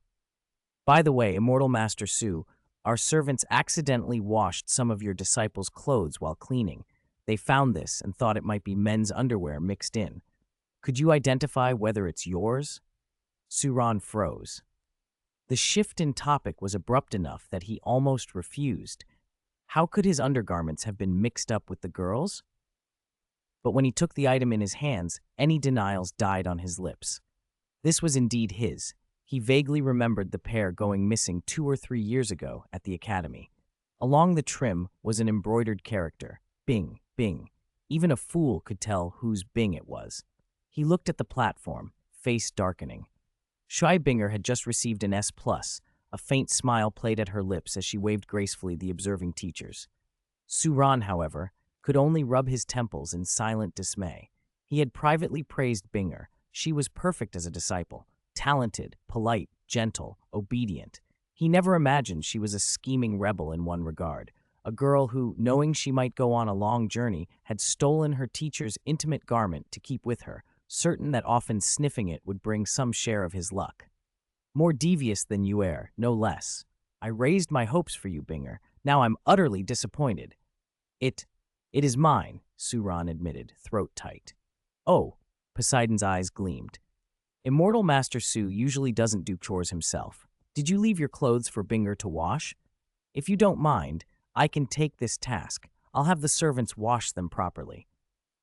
She looked at him with such bright expectation it was almost shameless.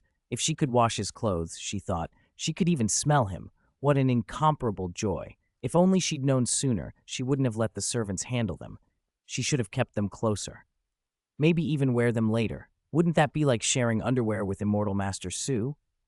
Suran's face went pale. Poseidon, don't be ridiculous. Poseidon smiled, somehow unrepentant. A little affection toward Immortal Master Su isn't a crime, is it? Chapter 313. Binger just made a mistake any girl would make. Where are my panties? Has anyone seen my peach-colored panties? I distinctly remember putting them with my underwear, but they're gone. I can't even find them in my spirit tool. Yuer, Roshui, have you seen them?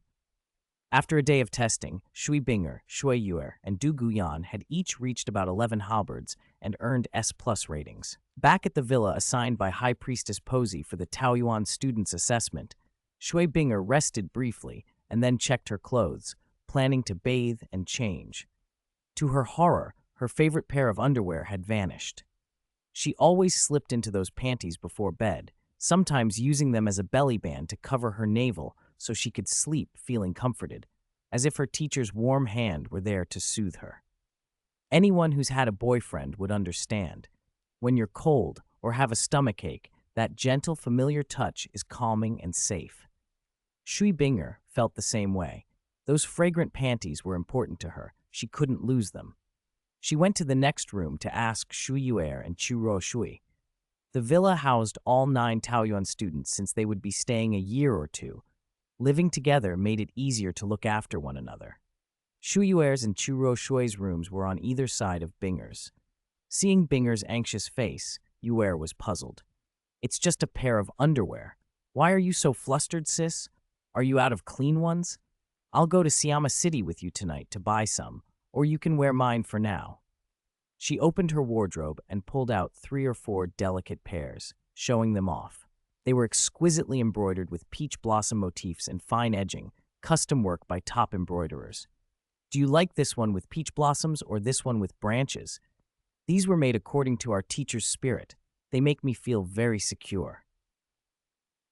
Binger had seen Yuer's clothes before, so she knew none of those would be hers. She still looked downcast. I do have other underwear, but I want the one that's missing. Maybe the maids took it to wash? Chu Ro Shui suggested. I thought of that, but the clothes they returned didn't include it, Binger replied. Yuer's curiosity got the better of her. Sis, now you've got me interested. Are these panties diamond-encrusted? A divine artifact? You were perfectly calm when the teacher rewarded us with immortal herbs. Why would a pair of panties upset my usually composed, clever sister so much? Chu Ro Shui and Gu Qingbo, who were helping Binger sort her things, leaned in too. The room filled with the light, innocent scent of young women teasing one another. Binger hurried to explain. This, you wouldn't understand. Those panties have been with me for years. I'm attached to them, and they were a coming-of-age gift from my mother. Sis, come on. Mother Leng is head of Tianxue Academy. Would she really give something like that as a coming-of-age present? Yuer teased. And you always blush when you lie. Our water and ice spirit masters naturally have fair skin. Your face goes red the moment you fib. Yuer drew close and peered at Binger. Of course Binger was embarrassed. Sister, you hardly ever lie. Tell us what really happened. Binger gave her forehead a helpless flick. It's nothing. It's important to me, but if you haven't seen it, forget it. She secretly breathed out in relief. Then a knock came at the door. Is Miss Shui Binger here? Immortal Master Su requests your presence. A purple-robed attendant bowed politely before relaying the message. Binger stiffened. She had a bad feeling. I'll be right there. Wait, Yuer called suspiciously to the attendant. Did the teacher only ask for my sister? The attendant nodded and bowed. Yes, Miss Shui Yuer. Immortal Master Su specifically asked for Miss Binger to come alone. Alone? Yuer's voice soured instantly. She was ready to make a few jealous jibes, but when she turned back, Binger looked anything but pleased. She was pale and panicked. What's wrong? The teacher asked for you alone, and you're not happy. How about I go instead? I'll set him straight for teasing us, for trying to bully us. Yuer offered, brimming with indignation. Binger forced a smile. No, I should go.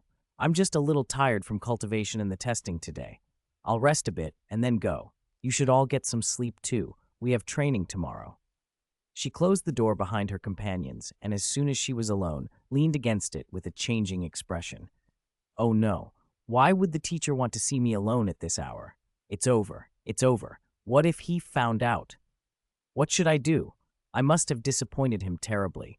Master Su has always seen me as steady, rational, gentle, dignified. My whole image will collapse, won't it? Binger cupped her burning cheeks. This was probably the most flustered she had ever been. Yuer's boldness and teasing had always been a bright spot among the sisters, but memories of the incident made her stomach twist. Not long after she'd arrived at the academy, when Master Su had taken the seniors out for training, the teacher's room needed tidying. Binger had volunteered to help, and she'd made a mistake, one any girl might make. Well, it had to be faced sooner or later. She couldn't avoid the teacher forever. At worst, I'll just give him my panties to keep, she told herself, gritting her teeth. Summoning her courage, Shui Binger pushed open the door and went to find Master Su. Chapter 314, Correcting Bad Habits, Fooling Binger. Teacher, are you looking for me? Night had fallen over Sea God Island when Shui Binger found Suran perched in the branches of a peach tree.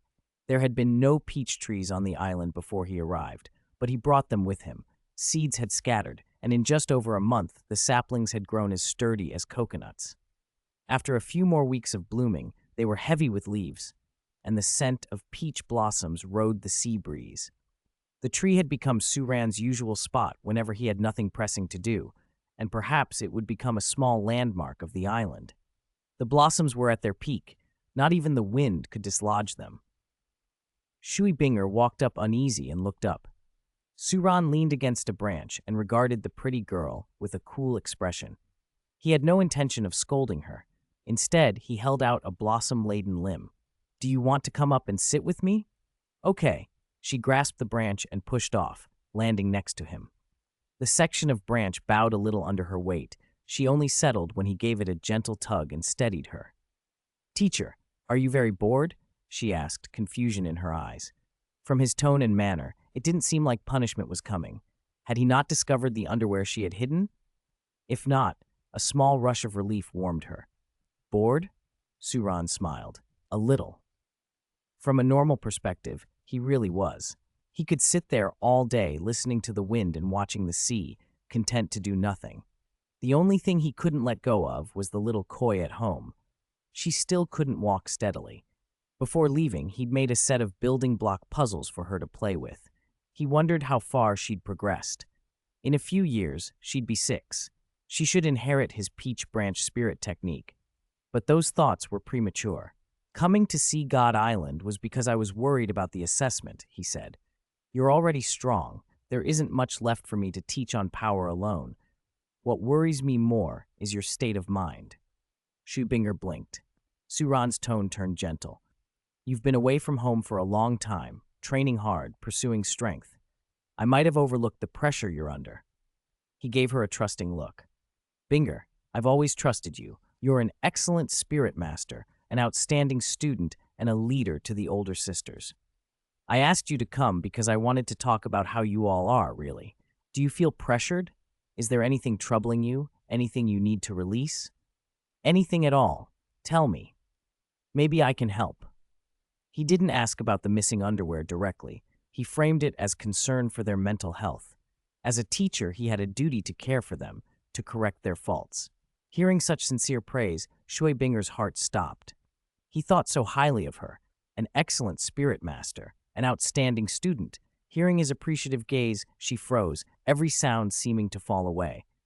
The night wrapped them in peach blossom perfume and the pale glow of the sea. His face looked perfect and earnest. Overwhelmed, she heard her own thoughts turn viciously self-reproachful. Binger, you deserve to die. He holds you in such esteem, and you desecrated him. You even hid his underwear and then lost it. What a sin! Teacher, you're so good to us, she managed. Gratitude, guilt, and repentance rushed through her, and the tears came. Seeing the wet on her cheeks and the tremor in her face, Suran was a little surprised. He brushed the tears away with a gentle hand.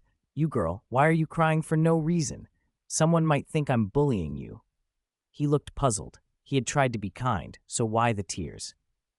Shui Binger sobbed. Woo!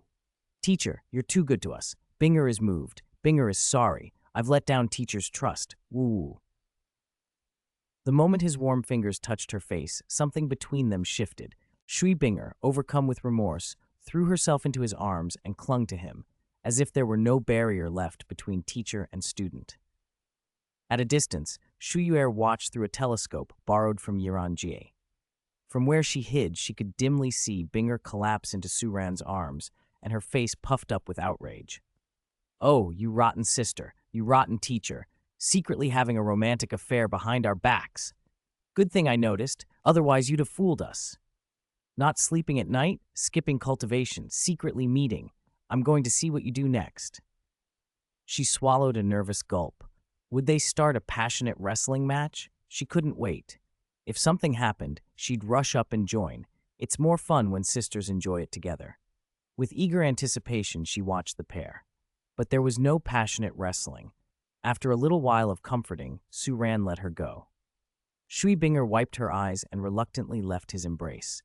All right, crying helps. It will feel better when you get it out, he said lightly. You haven't done anything to make me disappointed. You've done very well, and you'll only get better. She sniffed. You're right.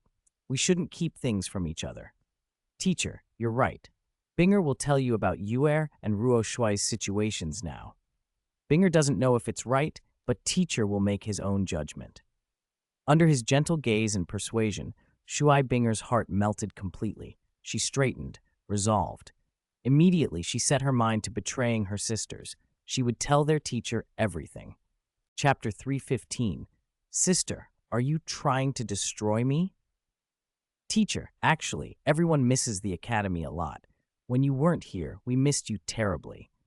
Everyone admires you, teacher. They're just showing it in their own ways. Under the moonlight, Shu Binger sat on the peach tree, speaking slowly and openly, as if telling a story.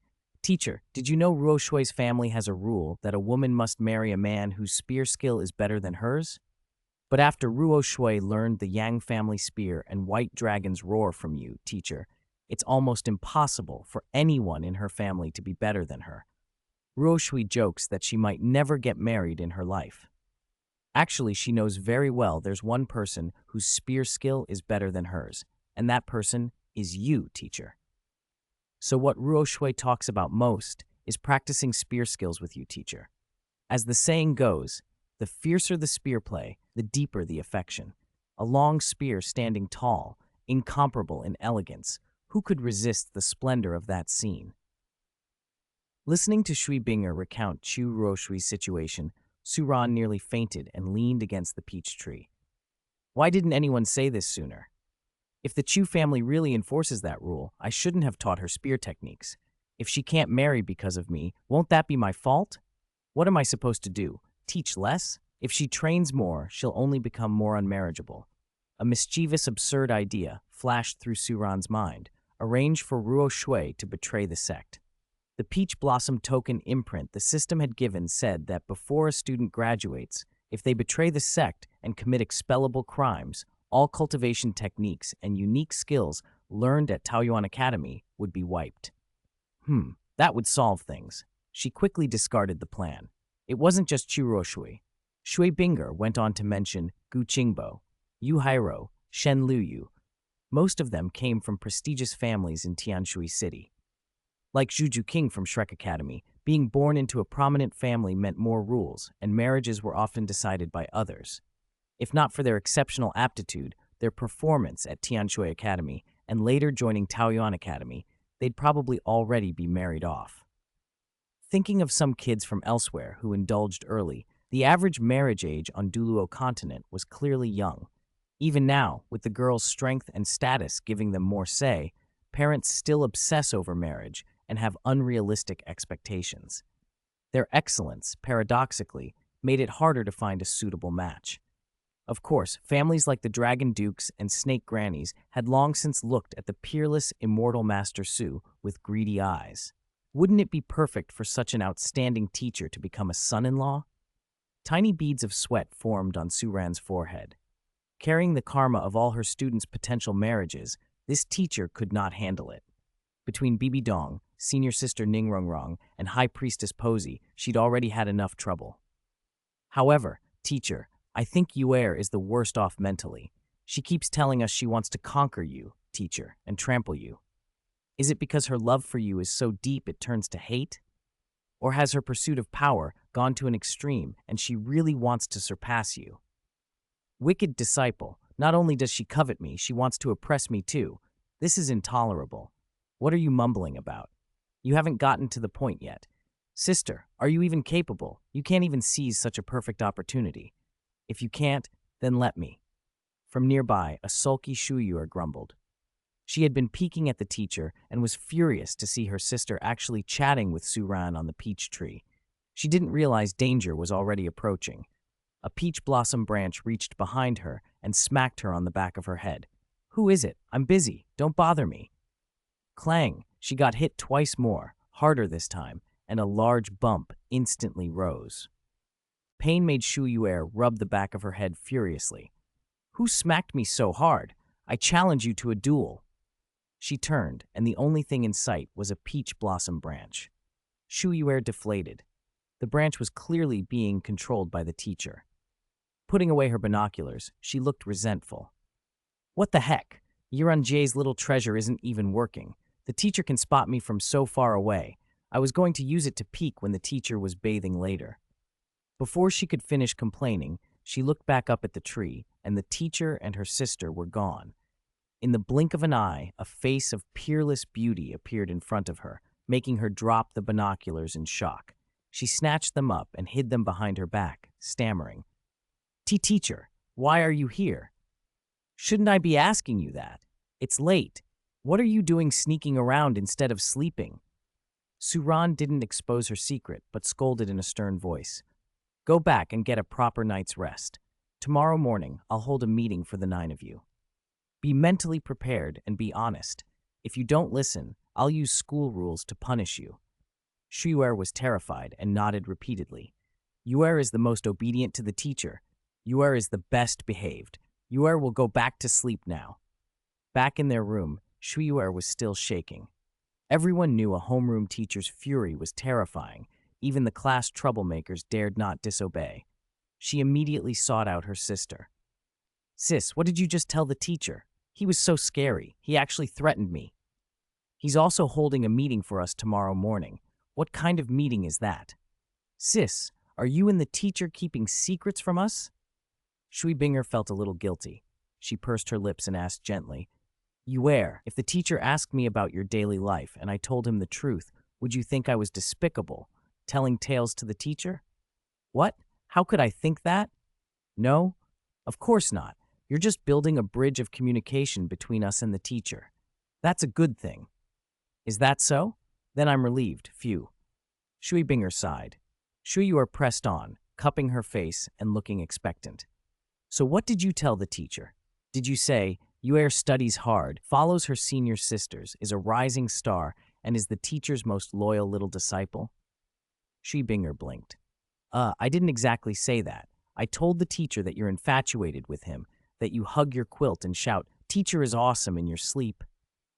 Shu Yuer's face froze. She went rigid, color draining away, then collapsed back onto the bed, wailing, "Sister, are you trying to destroy me?" "Yuer is doomed, doomed. No wonder the teacher was so fierce and threatened to punish me with school rules. Oh my God." The next morning, Shu Yuer shuffled along behind her fellow junior sisters under the peach blossom trees, dark circles under her eyes and a tired look on her face. When they saw her, the others exchanged worried glances. Only yesterday she'd been brimming with energy whenever they gathered to see the teacher. "Yuer, what's wrong? You're acting like a mouse who just saw a cat," teased Yuhairo. "Wasn't it Yuer who used to pounce on the teacher like a cat on a mouse?" Meng Yiran chimed in. "Oh my, looks like our Yuer has finally learned to be coy," another teased, and they all laughed. Shui Yuer pouted. "You'll see. Just you wait. You won't be laughing later, honestly." She wanted to be bold, but she couldn't shake the guilt. Her elder sister had already tattled to the teacher about all her embarrassing thoughts, so how could she look him in the eye? Everything she thought was apparently known to the teacher. That sort of thing went against Taoyuan Academy's motto, "Respect your teachers and elders." If it were judged serious, she could even be expelled. In truth, most of it was harmless daydreaming, like imagining covering his abs with salmon slices and licking them off one by one, or fantasizing that, once she became powerful, she'd feed Su Ran giant meals every day so he'd cater to the junior sisters. She didn't even seem to think of him as a person sometimes. How many more mortifying things had her sister told him? Now that the teacher had some handle on her, how could she not be panicked? She'd better act discreet or be ready to be scolded. Hiding timidly behind the group and barely daring to meet his eyes, Shuayuer made Suran want to laugh. This girl had her day. Ahem. Suran cleared his throat and drew their attention. "Yesterday I spoke with Binger and learned a bit about everyone here. As your teacher, I feel I've been remiss.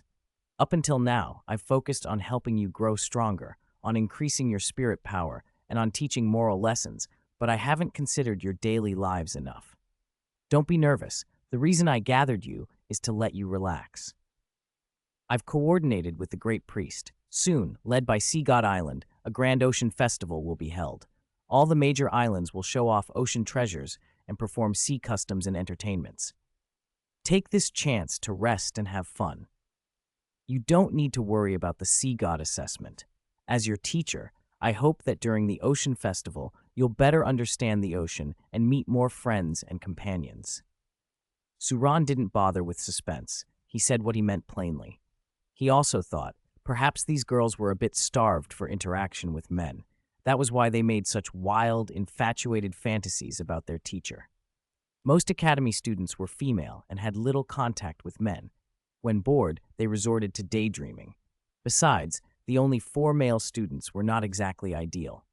Wang Sheng, married and ordinary, a big, simple fellow who focused on boxing. Xiao Chenyu, a promising practitioner but violent and bloodthirsty with masochistic tendencies, and Huo Wushuang and Feng Xiaoqian, later accepted disciples who weren't well known to the others. No wonder the girls needed to meet more people. "Do whatever you like, play hard and enjoy yourselves," he finished. The announcement lit up some faces. Chu Ruoshui and Gu Qingbo looked surprised and delighted. "Ocean Festival Carnival," Chu Ruoshui exclaimed. "Awesome! We can play." "I heard the sea circus on Dongpeng Island is incredible. I always wanted to see it. Maybe they'll perform at the festival?" "Teacher, you're so good to us. Love you. Moi." "Then will you join us, teacher?" "Of course. I won't abandon you," Suran replied, and the girls made hearts with their hands. Meng Yiran nudged Shui Yuer. "Junior sister Yuer, the teacher says to relax. Why are you still so nervous? Are you hiding something from us?" Caught off guard, Shui Yuer scrambled for an excuse. I didn't sleep well last night and didn't want the teacher to see my ugly panda eyes, that's all." Meng Yiran wasn't convinced and was about to press further when Suran continued. "There will be sea circuses. Any sea citizen of some renown will perform during the ocean festival," he said. "But the biggest highlight isn't the circus. It's the Ocean Festival blind date event. The Ocean Festival blind date event? The girls echoed, shocked and intrigued. Suran nodded. Yes, it's an event for sea spirit masters to find partners. Any sea spirit master who wishes to choose a beloved can participate in a blind date to find the love of their life, to explain. The Sea God's Destiny blind date event was a triennial matchmaking ceremony on Sea God Island. Its purpose was to help eligible men and women find their other halves, settle down, and promote continued population growth on Sea God Island. Since this ocean festival was for the whole ocean, even more people would take part this time. I've already signed you up, Suran added casually. What? A chorus of protests rose. Why are we going to a blind date event? We're not ready to marry. Teacher, you can't do this without asking us. Seeing some reluctance, Suran calmed them. Don't worry, I didn't say you have to marry. In the Sea God's Destiny event, everyone chooses for themselves. If you don't find a suitable partner, treat it as experience. The important thing is participation. Have you ever participated in one yourself, teacher? Someone asked. No, he answered. Then it's not fair for you to make us gain experience, Meng Yuran protested. Unless you participate too, that would be fair. Her suggestion caught on. Duguyan, Shuwu, Shui Binger, Yu Hairo, and the others all nodded eagerly. Yes, teacher must participate too, otherwise we won't go. Even Shui Yuer, who had been shrinking into the back of the group, brightened at the idea. If the teacher went too, could she end up on a blind date with him? Her heart fluttered. I agree, she blurted. Teacher, didn't you tell East teacher before that one shouldn't impose on others what one wouldn't accept oneself? You must participate in the Sea God's Destiny too. But teacher already has children. How could he go on a blind date? Someone objected. What does that matter? You said it's about experience, not necessarily finding a second partner. Another chimed in. Of course, several of them silently hoped that if Suran were to find a new partner, he'd choose one of them. Suran shot a look at Shu Yuer. She bit her lip and immediately fell silent, cheeks flushing as his gaze warned her. Don't push it. Chapter 317, The Sea God's Fate. Peach Blossom Immortal Teacher Ambush Squad, officially established. Half a month later. Sea God Island, Southern Marriage Island. Marriage Island was officially one of Sea God Island's satellite isles, but in truth, most of it was submerged. Only the flat top rose above the waves. The islanders had built floating bridges and houses that swayed with the sea, forming a peculiar picturesque cluster. Around the island, multicolored algae grew in long, ribbon-like strands, natural marriage ribbons, and those ribbons drew in all kinds of peculiar little fish that darted about in the water. Marriage Island was the venue for the Sea God's Fate Blind Date Convention and one of the main sites of the Ocean Festival. Fishermen and boatmen in the gray-white robes of Sea God Island ferried people between the venues, while many spirit masters preferred to travel on the waves or glide through the air under the guidance of their spirits. On that festive day, Shui Binger, Du Guyan, Shui Yuer, and the other examinees, who had been studying the profound truth of the Golden 12th Halberd, had set aside cultivation and wandered through the Ocean Festival grounds. After watching a spectacular ocean circus, they found themselves at Marriage Island. Standing before the red and blue island monument engraved with the three characters Marriage Island, Shui Binger looked around in wonder. Marriage Island? She said. This must be where teacher said the Sea God's Fate Blind Date Convention is held. What a lovely place. Why are there so many weird little fish here? Du Guyan asked. Shui Binger swept her gaze over the island and was even more impressed by the festive, dreamlike arrangements, more extravagant than when senior brother Wang Sheng had gotten married. Those fish must be called marriage fish, she guessed. It's said that marriage fish can sense a spirit master's luck and aura, Meng Yuran explained as they drew closer. The more marriage fish that gather around someone, the better that person's peach blossom luck. The more likely they are to find a match at Sea God's Fate. But that also means they're sensitive to a spirit master's scent, said Meng Yuran. Only those the fish find appealing will attract them. As they neared the shore, the marriage fish swarmed around and began nibbling at their bare feet as if the girl's skin were a delicacy. Shu Yuer giggled as the tiny mouths tickled her toes. Senior sister Yuran, she laughed. With all these marriage fish around, aren't we being eaten? We came here with one big plan for tonight's sea god's fate. After a momentary flurry of excitement, Shuyuer calmed. Didn't teacher say he'd be participating in the sea god's fate blind date convention? Why hasn't he arrived yet? For a while, Zhenju had been following Immortal Master Su to Sea God Island, and having been granted a guest emblem by the Great Priest, she had access to most parts of the island. Besides practicing the unique rubberization technique teacher taught, she read about the island's history and customs and took the chance to enjoy the Ocean Festival with her senior sisters. Smiling, she answered Shuyuer. The convention starts at dusk and opens during the sushi hour, sui shi, so around 7 to 9 in the evening. Participants have to wear the official outfits provided by Sea God's Fate and enter the venue masked. If you can still fall for someone, truly like them, under those conditions, it's said it's from the heart, true love. So that's how it works. Shuyuer's eyes brightened. If I find teacher there, wouldn't that be proof of true love? Mengyiran, Duguyan, and the others all lit up at the thought. Zhenju froze for a beat. That can be said, but that's our teacher. How could you senior sisters?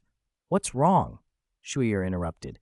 Teachers taking part in Sea God's fate. Who says we can't go and find him? Sea God's fate treats everyone equally, Mengyiran added. No master-disciple distinctions there. Everyone's an adult and free to choose. Exactly.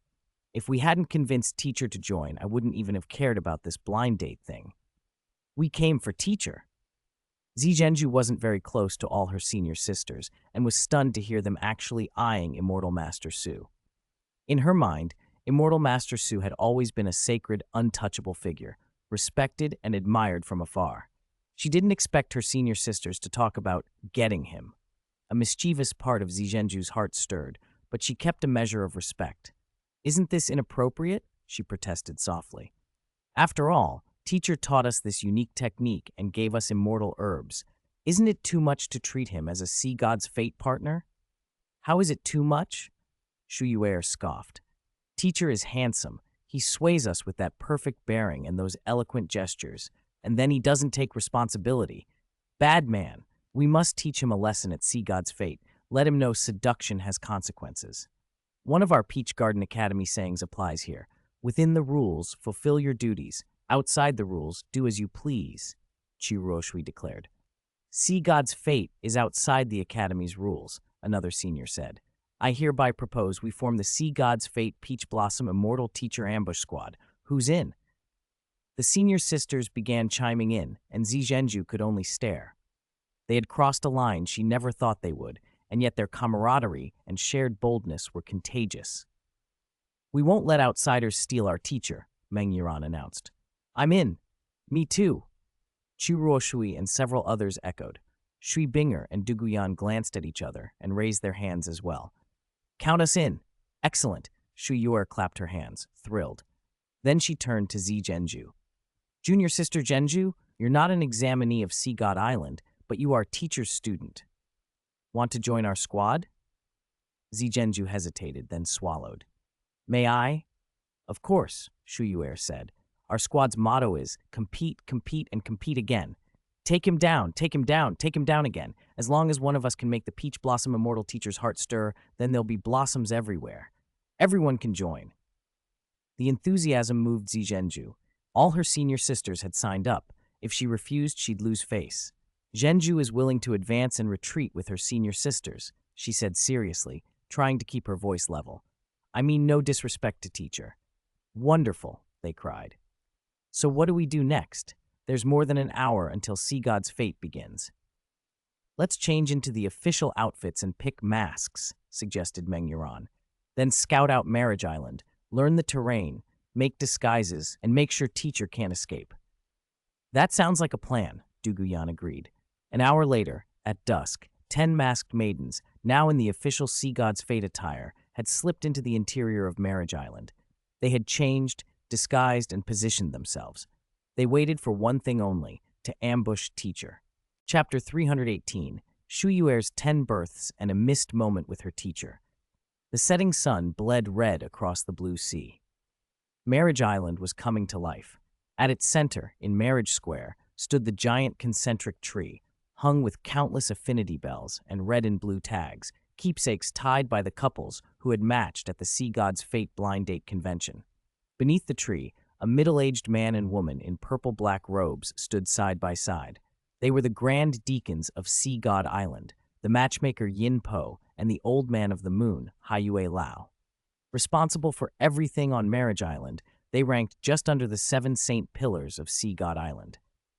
Together, they released their spirit martial soul fusion skill, concentric knot and red string, and presided over the crowd beneath the concentric tree.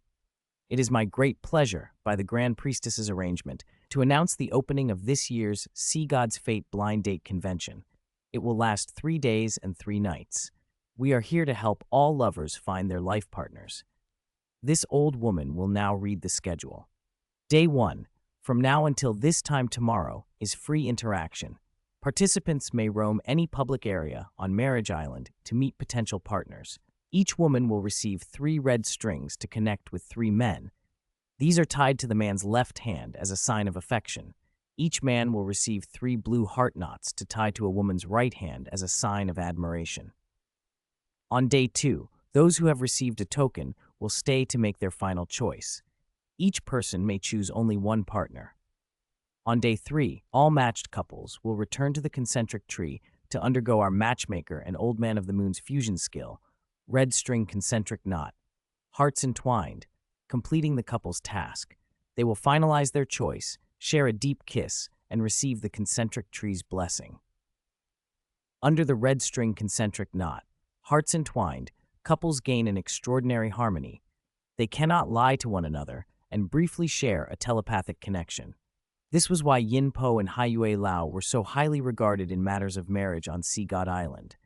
Shui Binger, Shui Yuer, Du Guyan, Meng Yiran, and Zi Zhenju, disguised among the crowd, listened with wide eyes.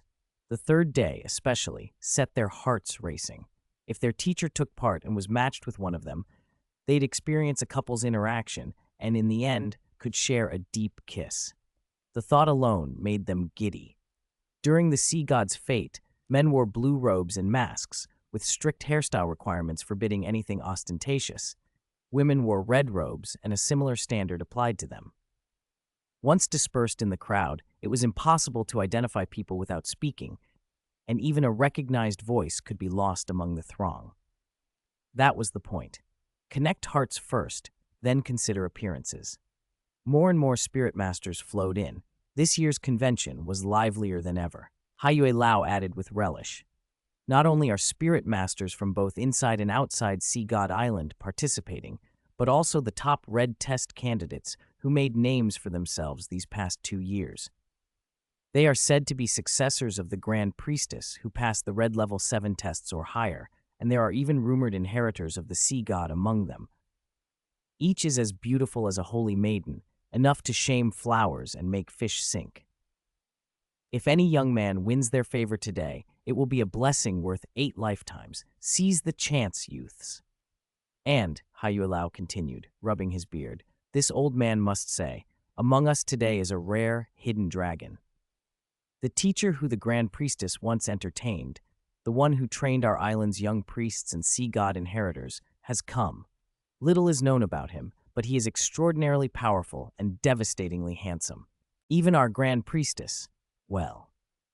His words nearly exposed something the Grand Priestess would rather keep quiet, and he quickly coughed and caped his speech.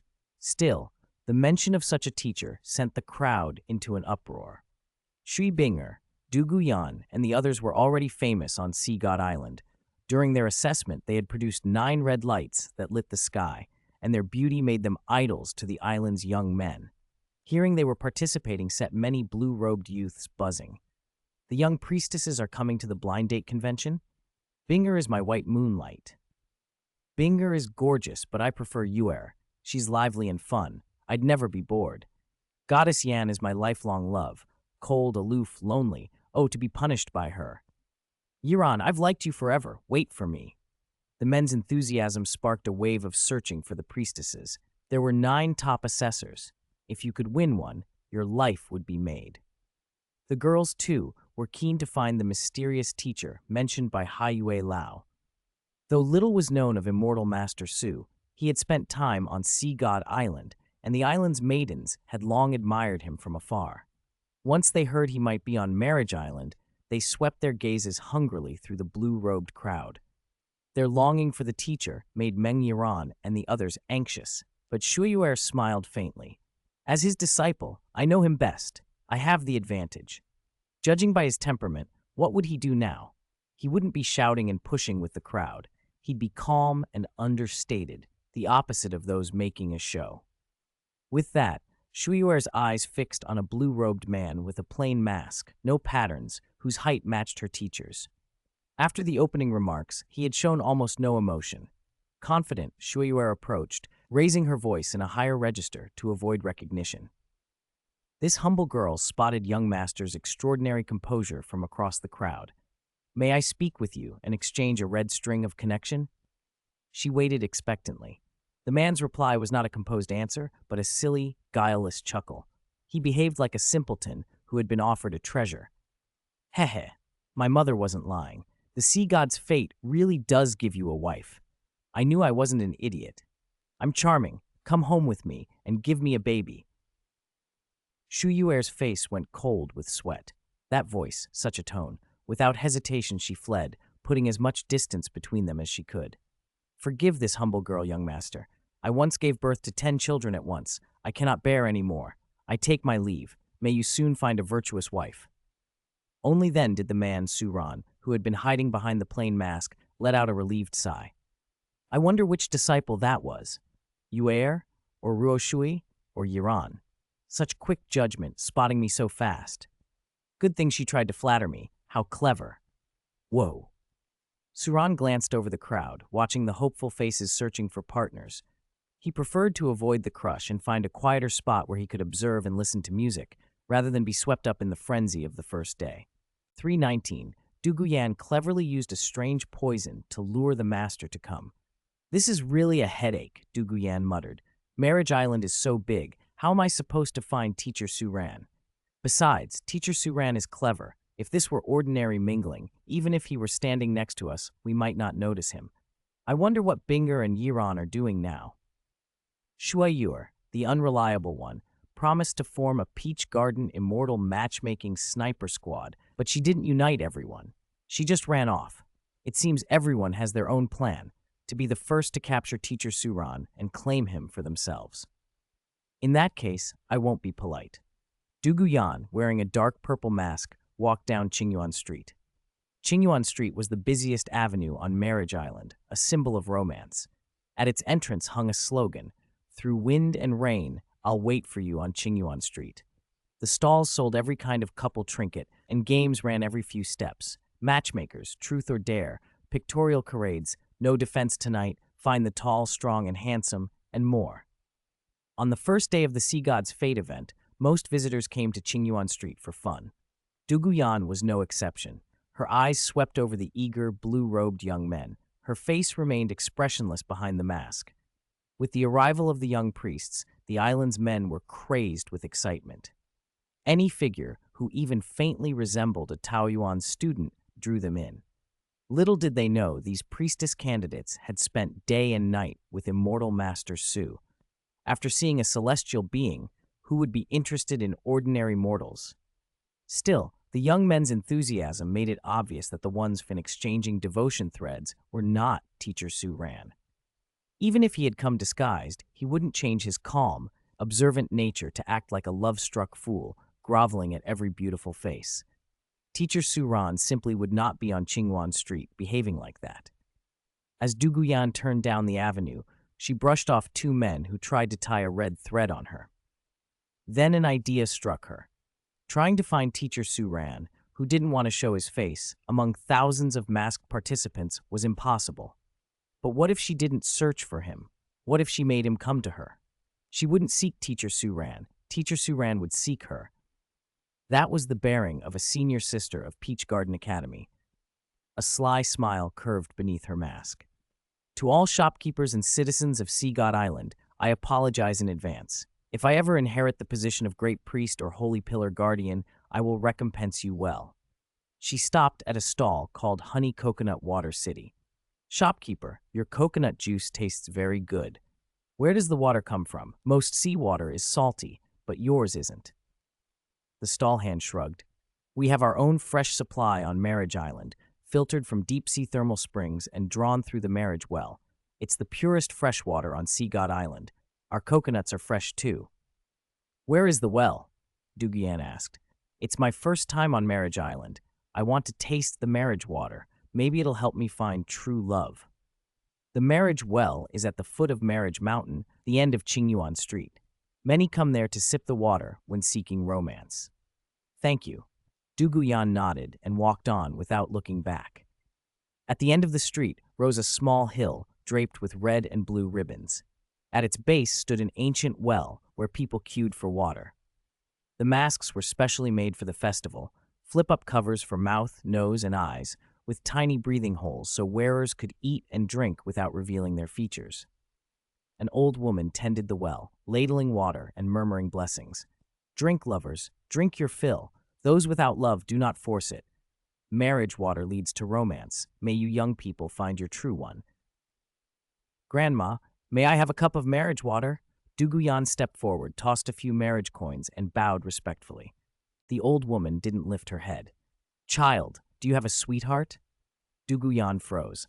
She hadn't expected that question. The old woman's experienced eyes had already read her. If she hesitated, then she had a sweetheart, but their relationship was unclear. More than friends, less than lovers. Zhu Zhuqing's eyes brightened. It seemed her relationship with Teacher Suran fit that description. She smiled with sudden respect. Thank you, Grandma. You know me already. Young people are inexperienced, the old woman said with a chuckle. They don't understand their own hearts. That's why they need their elders to guide them. She drew a pot of water from the well, poured a little into her palm, and sprinkled it over Zhu Zhuqing. A drop of marriage water, a drop of love.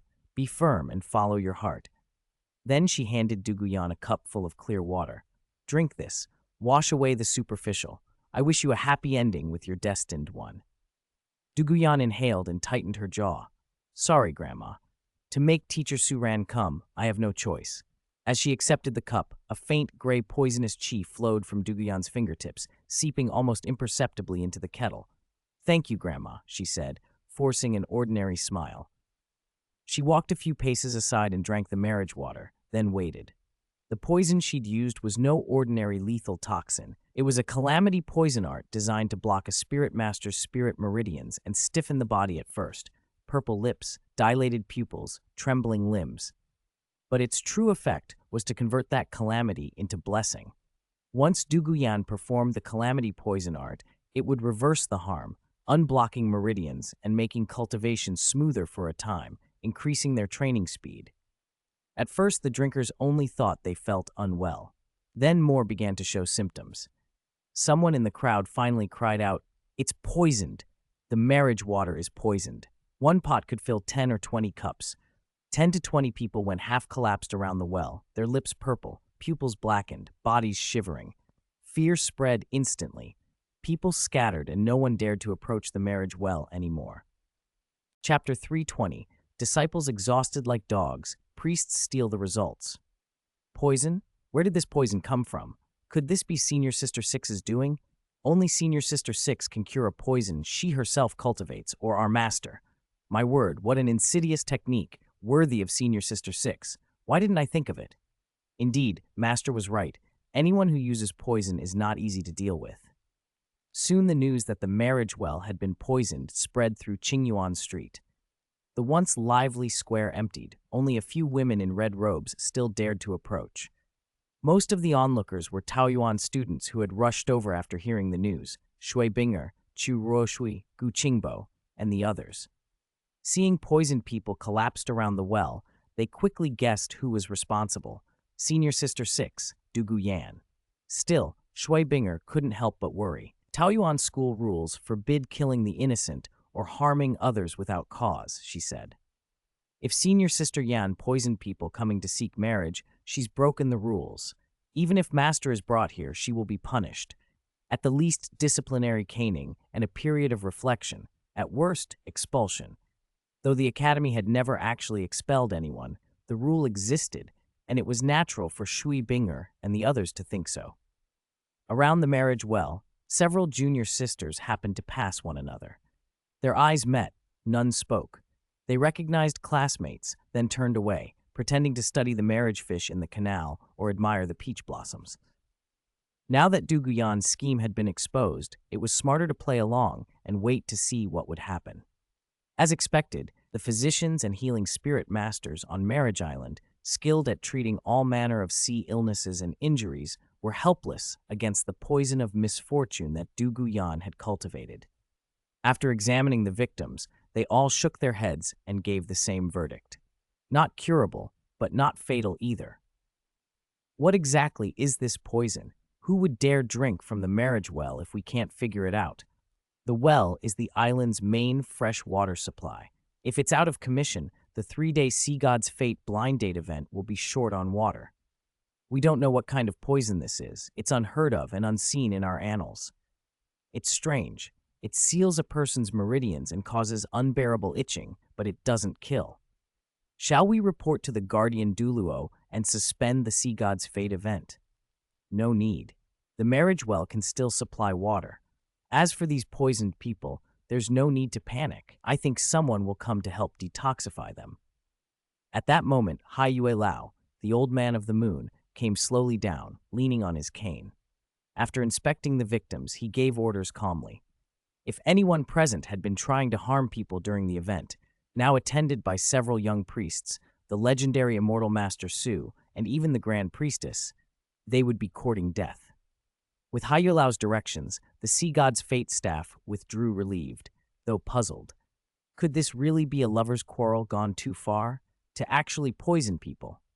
As the commotion died down, fewer people remained at the well. Only a handful of spirit masters strolled about watching. The old woman who guarded the well cursed loudly. I don't know who'd be so heartless as to poison my water. Young people today, troublesome and slippery-handed. In a corner, Du Guyan pursed her lips, a mixture of embarrassment and coolness. Great people don't trouble themselves with trifles. Once I win Master's favor, all these poisoned fools will be my benefactors. A light sting for Master, a flower and a plant transformation for each of you. You're all shareholders. Just wait. Her gaze swept the crowd around the well. Master was very likely among them. Though he would suspect her, his nature would make him worry to see passers-by harmed by his disciple. He would come to check. The other junior sisters felt the same. Almost at once, 3 women in red robes glided like snakes toward 3 different men in blue. Young Master, brave enough to fetch water despite knowing the well is poisoned. I admire your courage. May I exchange a red string with you? One breezed. You remain indifferent despite the disturbance, so serene like a recluse. Would you allow me to become acquainted? Another cooed. You've been studying the poison for some time. You must be skilled in toxicology. I know some medicine. Shall we study this poison together? The third asked. The first man smirked. Young miss has good taste. I am indeed daring. To tell the truth, I plan to collect some of this poison. In future, anyone who annoys me, I'll poison them. Showu's jaw tightened. The second man purred. You flatter me. I just like to watch them writhe. Rare thing. So entertaining. I must watch more. Shui Binger went pale. The third man said, Toxicology? I don't know much, but if I took them to a hotel to study them, maybe there's a chance to detoxify. Young miss, are you interested?